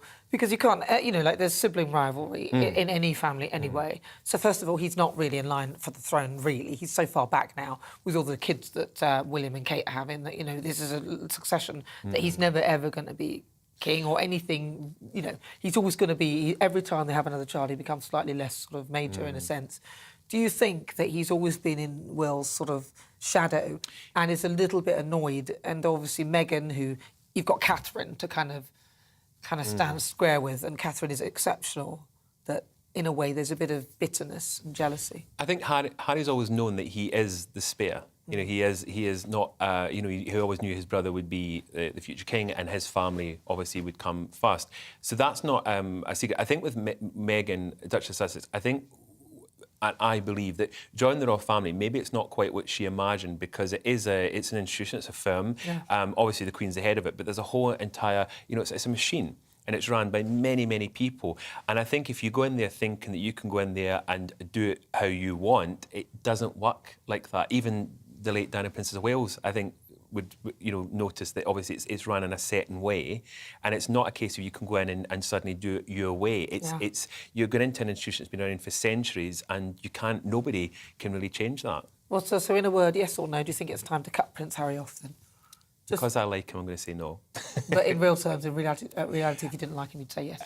I'm still going to say no. Thank you very much for that. That is, of course, Grant Harold. He's the former royal butler to Prince Charles, Prince William, and, of course, Prince Harry.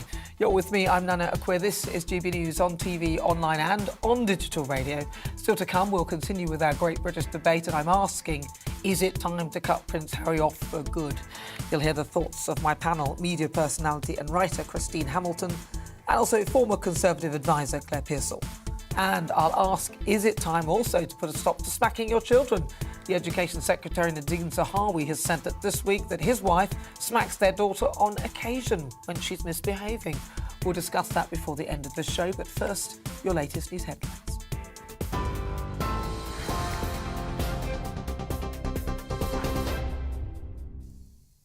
Thanks, Nana. It's 5:33. I'm Ray Addison in the GB newsroom.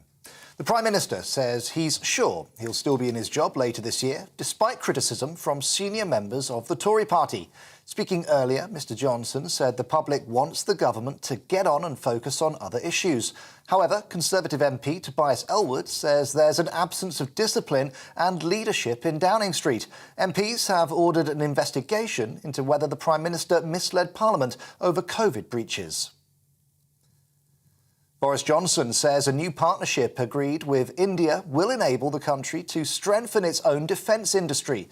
The Prime Minister's been in New Delhi for talks with his counterpart, Narendra Modi. He says he wants a post-Brexit trade deal with India done by October. Boris Johnson has announced that the British Embassy in Kyiv will reopen next week. The Prime Minister says it's reopening due to the extraordinary fortitude and success of President Zelensky and the Ukrainian people. United Nations Secretary-General Antonio Guterres is visiting President Putin in Moscow on Monday.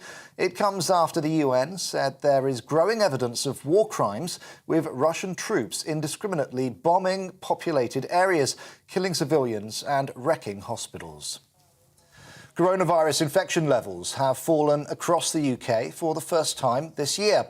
The figures from the Office for National Statistics suggest that the recent surge in the Omicron BA2 variant has now peaked.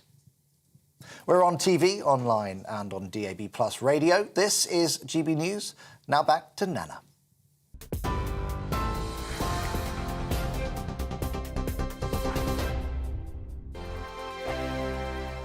Hello, I'm Michelle Dewberry, and you can join me every weekday 6 till 7 on Jubes and Kerr. Me and my panel will get stuck right into the day's events, and I can tell you, in fact, I can warn you, expect some robust debates, some strong opinions and perspectives from both sides of the fence. It's about you at home as well. I love to read out all of your comments, or at least as many as I can. So join me, Michelle Dewberry, Monday to Friday, 6 till 7 on Jubes and Kerr. On radio, they call it the drive time slot, 4 p.m. until 6 p.m. as listeners head home. It's that part of the schedule when the dust of the day's events begin to clarify, and we try to make sense of it for you. Brazier is drive time for radio and TV. It's fast, it's punchy, it's opinionated, there's a Brazier angle and a little bit of levity. That's the question. That's two questions, actually. That's Brazier, Monday to Thursday, 4 till 6 on GB News. Hello, I'm Patrick Christie's. And I'm Mercy Moroki. Make sure that you join us Monday to Thursday, 10 a.m. until midday, right here on GB News for To The Point. We're not afraid to talk about the topics that matter to you, or the big topics that always matter. We cover absolutely everything, from the breaking political stories of the day to law and order, what's going on in the channel. We're not afraid to hold people to account. We always make sure we include your views on our show. Indeed, if you're thinking it, you can guarantee that we're saying it. So make sure you join the conversation with us, 10 a.m. until midday, Monday to Thursday, for To The Point on GB News. I'm Dan Wootton. Join me Monday to Thursday from 9 to 11 for the feistiest and most fun news debate on TV, where free speech reigns. I'll bring you a sharp take on the day's biggest stories, bombshell newsmaker interviews, and A-list guests. And I guarantee you, no spin, no bias, no censorship, and no reason to go to bed. That's Dan Wootton tonight, Monday to Thursdays from 9 on GB News.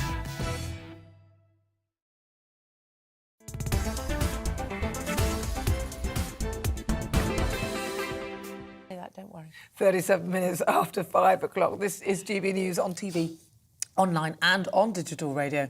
I'm Nana Akua. Right, so we return to our Great British Debate this hour. And I'm asking, is it time to cut Prince Harry off for good? The Duke of Sussex has made headlines yet again with yet another TV interview featuring on NBC's Today Show. He said that he visited the Queen to check that she has the right people around her.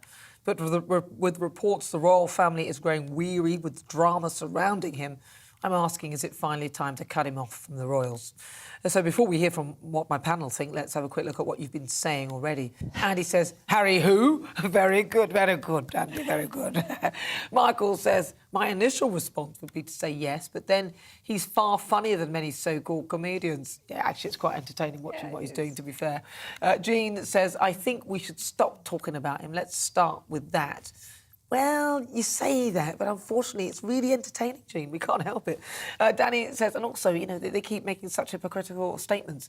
Danny says, if we were so sick of Prince Harry and Meghan, then why do you keep going on about them? Well, do you know what? I don't, but only rarely do I do this. So I've had a proper not doing it at all for a long time, but obviously they've come back now. Let's see what my panel make of that. I'm joined by former Conservative advisor Claire Pearsall, and also media personality and writer Christine Hamilton. Brilliant. Right, so what do you think, Claire? Come on, what should we do with these two? As slightly amusing as it is, I don't think it is funny. I think what his behaviour is doing to the royal family is appalling. Yes, there is the comedy aspect to it, and I do sort of chuckle. He's funny, but it's not in a good way. Yeah, but not in a good way, and that's the point. And all of this, I want to come and see the Queen to make sure she has the right people around her. Well, right, one, what business is it of his? Yeah. And also, she has been the Queen for an incredibly long time. I do think she knows what she's doing. Go off to America, go live your life. Don't have to involve us in it. You don't want to be part of the United Kingdom and the royal family and the British people. So go away and be quiet. That's kind of what I think. Go do your Netflix, your NBC programme, all you like, but don't come back and tell us how we should be doing things. Don't come back and moan and say we're not giving you security. You've chosen your life. Go live it. Christine. Yeah, 100% agree with all that. I was very interested to hear what Grant had to say. And loyalty is a very underestimated characteristic, and his loyalty to Prince Harry, who he's known as for many, many years when he was a young man, is commendable. And of course he feels like that. I disagree with him, though, because I do not understand this concept of celebrity royals. They do not go together. You cannot be both a celebrity and a royal. You can be a jolly good royal. I mean, on that basis, Catherine is a celebrity royal. She's got star status, but I do not accept that concept. And one of the things that really annoyed me about that little, won't say it, when he came over here the other day, was he said, I want Lilibet. I mean, just to have to know that he's called his child that. I want Lilibet to meet the Queen. Excuse me. All about me, and Lilibet. What about, he should have said, I want the Queen, my grandmother, to meet Lilibet. It should have been the other way around. But no, it's all about me. So, honestly, if he never darkens the doors of this country again, I will not be unhappy. I mean, I had enough of him up to here. Yeah, nothing ever seems good enough, and that's the problem. You know, it's always awful and it's always bad, and everybody's nasty to him and his wife, and you think, well, really, should perhaps start looking at the problem? Maybe that problem is you. I think when it's not happening to the like others. a bad smell, doesn't it? The problem is him, isn't it? When he was talking about she's got the right people around her, I suspect that one of the people he was referring to was Angela Kelly, who is the Queen's absolute right-hand lady, who's been with her for a long time and is her, closest confidant. She was the one who allegedly caused the tussle over which tiara Meghan could wear at the wedding and caused Harry to say, you know what Meghan wants, Meghan gets. So I think, she may be somebody that he was having a pop at. I mean, how dare he say that she's got the right people around her? Well, so he's talking about, and that sounds like sort of code for, if there's anybody who I don't think is right, I'll remove them, which actually he hasn't been around, and he's the one person who hasn't been around her. But when you mentioned Lilibet, one of my things is that if I were Lilibet, and I, which I'm not, it would be nice if I was, to be honest. I'm not that, not that I like those two, but you don't have a choice about your parents.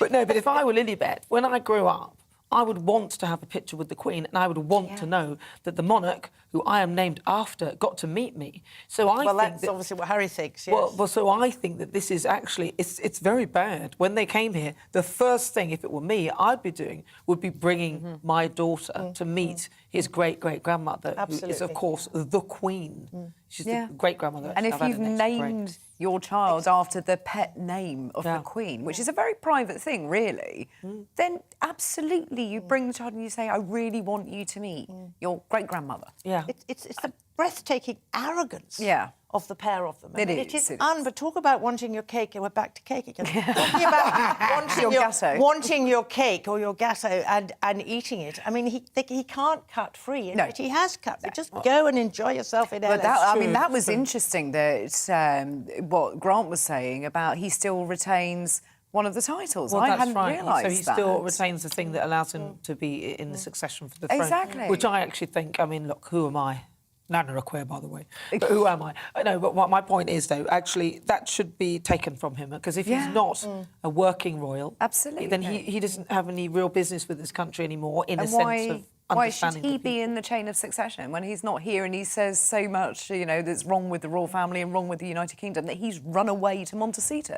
You can't change the succession without undermining, centuries, etc. So, it will be unthinkable for them ever to get down to him. But, he's going to be in the chain of succession. But, let's hope it never comes to that. Do you think, I'm sure you could if you really wanted to. The Queen has changed certain things that have been going on for hundreds of years.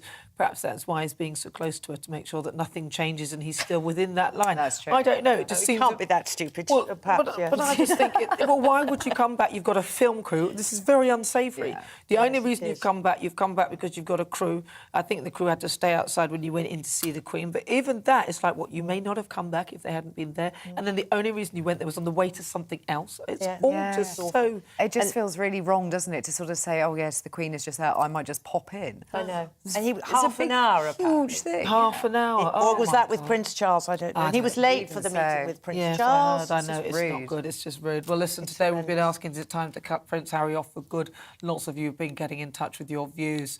Tom says, I think we're bit harsh on him. The guy has fought for his country, done amazing work with charities, especially the work he's done on the Invictus Games. He says that, but I mean, he was probably, people protecting him probably had to risk their lives even more so. I mean, if you're there with Prince Harry on a tour, say, then he's a target, you're a target, it's got to cost more even just looking after their security. Nobody denies that he was doing brilliantly, wasn't he? He recovered from the Nazi uniform business and all those sort of japes, but he did. And we all thought, well, you know, juvenile. And the things that he's done with veterans' mental health and all of those charities is fantastic. And I don't think anybody does deny that. But you're right, you can't have this always. You can't just, you know, sort of have those things and say, but this is what I'm good at and I'd like to do this, but I don't want to do that. And I also think that some of the things he's doing will affect other people's mental health quite badly as well, and he's not considering that. Barbara says, yes, Prince Harry and his wife Meghan, should both be stripped of their titles and live the life they chose without dragging the royal family into their money-making schemes and disrupting the lovely family. Barbie says we should be talking about the Invictus Games, not petty family squabbles. Yes, but they're the royal family, you see. The Invictus Games, we've already said that. We have talked about that, actually. We did say that, good on him for doing that. But, it is, you know. They've got a point. I mean, it is very, very sad that the focus should be on the Invictus Games and it's not. That is a good point. Yeah, people are clattering away about it. That's a good point, actually. You make a good point. I'll take that back. Charles says, just forget him. He wanted to go. The media should stop reacting to their every breath. So, actually, if there was sort of like a media sort of boycott of reporting on him, I think that would be... I suppose it would. You don't give it the oxygen then, do you? Don't give it the column inches. Is that going to stop him? You'd have to have a blanket ban. All the media would have to agree. They would never do that again. Somebody would get the exclusive. They won't even listen to themselves. Right, and Joe says, as a resident of Sussex, I want his title removed. It's an insult to our country to be associated with him. Well, I think you should get a petition going. I think 100,000 signatures would do it, actually. Right, well, next, I want to ask, is it right to smack your children when they are naughty? The Education Secretary, Nadeem Zahawi, has said this week that his wife smacks their daughter on occasion when she's misbehaving. He made the comments after rejecting calls for a smacking ban in England as the Children's Commission signalled to support for the law. Rachel de Souza said she absolutely abhors violence and admires laws which ban corporal punishment in Wales and Scotland. But parents in England and Northern Ireland can still legally smack their kids if it constitutes reasonable punishment. So I'm asking, should we be allowed to smack our children when they are naughty? Christine, should we? Definitely. I think it's absolutely ridiculous. It's taking away parental responsibility. All the laws are there to stop abuse. Nobody is talking about beating up your kids, etc., etc. But the odd, you know... what's his name? Will Smith at the Oscars. At the Oscars, exactly, when he hit Chris Rock. I mean, that was a pretty hefty slap. No one... I think it's the nanny state gone absolutely mad, and it will give bureaucrats or the police the power to go into any home, and any little child has now got to say, "Oh, I'll tell the police about you, mummy." I think it's ridiculous, and it is just another layer of bureaucracy and expense. The estimate of the Welsh Government itself, when they introduced it, was that it was going to cost nearly £8 million to implement in the first 6 years. Now. That's what, 350, 400 nurses? You know, it's crazy. I think it's really difficult to try and police these things. It doesn't matter if you put a ban in, if you don't put a ban in, who's going to enforce it? The police were expecting to do, you know, several hundred things at the same time. If they can't come and look at a burglary or a car crime incident, you know, they're not going to come and talk to, you know, Mrs. Miggins, who has got a child who may have run out into the road, or, you know, something. There is always a reason why a parent disciplines a child. And I think that the majority of people in this country are pretty sensible. Well, there will always be those that want to abuse children, and the full weight of the law needs to come down on them. But even as you say that, I mean, there's this case of Logan Mwangi, wasn't there? That poor little 5-year-old. That's awful. He was, and even to find somebody who's being badly abused, they're unable to stop, even though there were plenty of signs in that case that he was being abused by them. The neighbours knew about, had reported things. You know, the stepdad apparently was, you know, a member of the National Front, or had been a member, and also been in prison. He had a charge of child cruelty or something. The mother clearly didn't like the child, and, you know, it's just because Logan was mixed race. So it's just if there's obvious abuse happening and the social services and police and so on and forces can't even stop that, then I think that a law to stop people from smacking their kids is just nonsense. The case you've just quoted, obviously appalling. I don't think a smacking ban would have stopped that. No, it No, wouldn't. of course it Well, wouldn't. what I'm Of course saying it is would. Irrelevant. But what I'm saying I is know there you're are not laws saying in that. place. Yeah. I mean, still, so then that's that what they're one really fell through trying the to trap. crack. That's what we're trying to stop. Just be another. I know, and it's another hideous case. And when Yeah. you sort of read the details of Oh, it, and these are God. people that don't deserve to have children. That little boy was angelic. You look at the photograph and you think, how can anybody do that to Well, the thing such is, a the little boy was self-harming as well, so he was... At and his a age. 5-year-old doing that, you would expect that the services would... I mean, anyway, we'll get to them. I'm going to get to them because I'll write something about that. But now it's time for our quick-fire debates, the part of the show where we discuss some of the day's other stories. And joining me today is writer and media personality Christine Hamilton and also former Conservative advisor Claire Pearsall. First up, as the Russian invasion of Ukraine rages on, the West is continuing to boycott pretty much anything that comes from Russia or Belarus. And the latest thing is in the form of tennis, as Wimbledon announced all players from the two nations would be banned from competing in this year's event. But there's been opposition to the move from those who say that it's so-called virtue signalling. So then they say it should be kept out of sport. Do you see this as virtue signalling, Christine, and should it be kept out of sport? No, I don't think so. I mean, I understand that point of view, but I think it could be so divisive and we could end up with, let's go back to the royal family, a member of the royal family having to hand that amazing Wimbledon trophy. I know it's not the Russian players who are invading Ukraine. I understand all that, but you've got to hit the country hard, and this is just... I just think it would be unacceptable to have a Ukrainian player having to compete with the Russian player. And it's very tough on the individuals, but I'm afraid it's... Well, it's tougher on the people in Ukraine. It's tougher on the people in Ukraine. But It's just it gotta be done. absolutely is. And if you're putting sanctions on a country, then it has to go for the whole country. Otherwise, what's the point? It's those people who are going to suffer.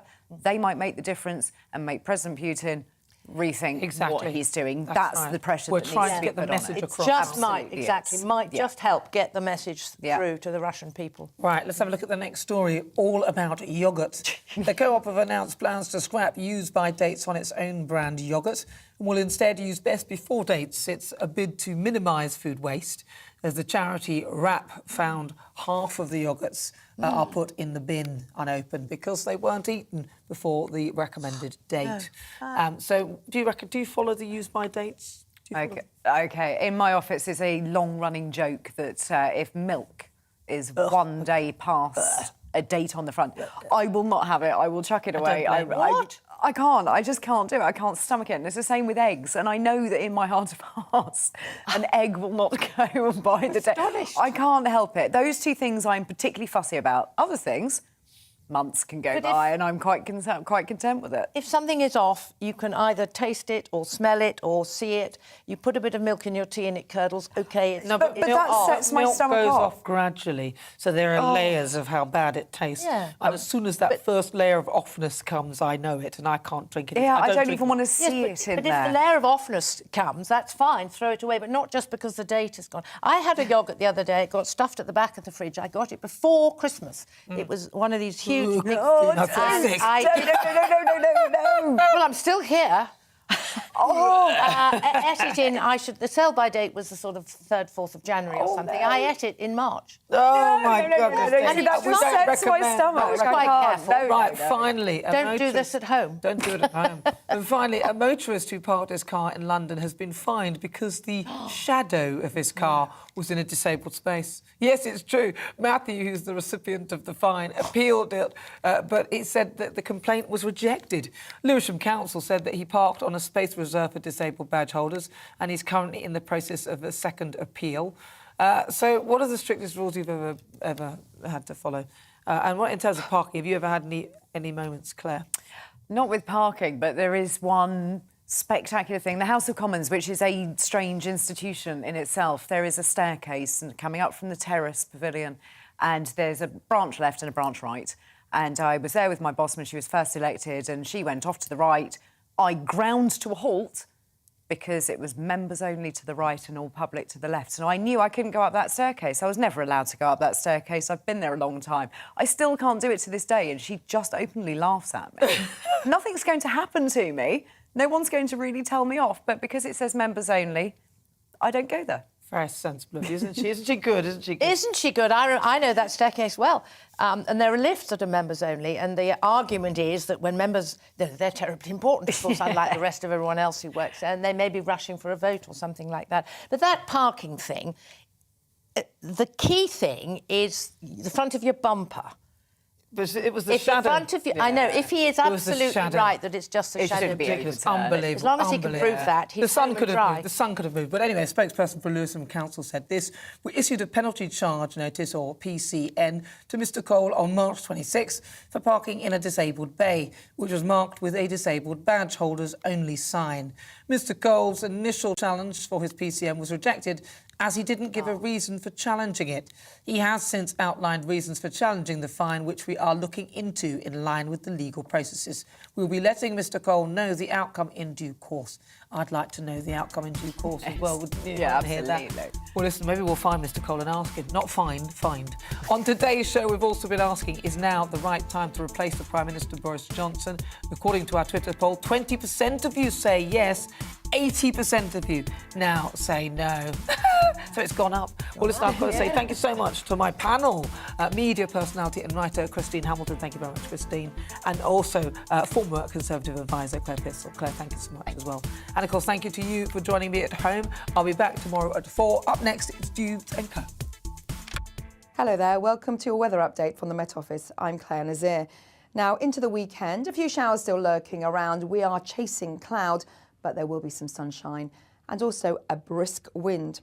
Pretty much sets the scene for the next few days and into the early part of next week. And the reason why we're stuck in a pattern with low pressure across Iberia, high pressure extends across Iceland. And you can see here lots of isobars on that chart, bringing in that cool breeze from a cool North Sea. The winds will be gusty over the higher ground. But a pleasant evening for many on Friday evening. Some sunshine to end the day, still a gusty wind, and an overnight that cloud rolls in yet again from the North Sea, certainly for the eastern side of England, southeast Scotland, and the far north of Scotland, seeing that low and misty cloud. And 1 or 2 showers lurking around, but most places will have a dry night. Temperatures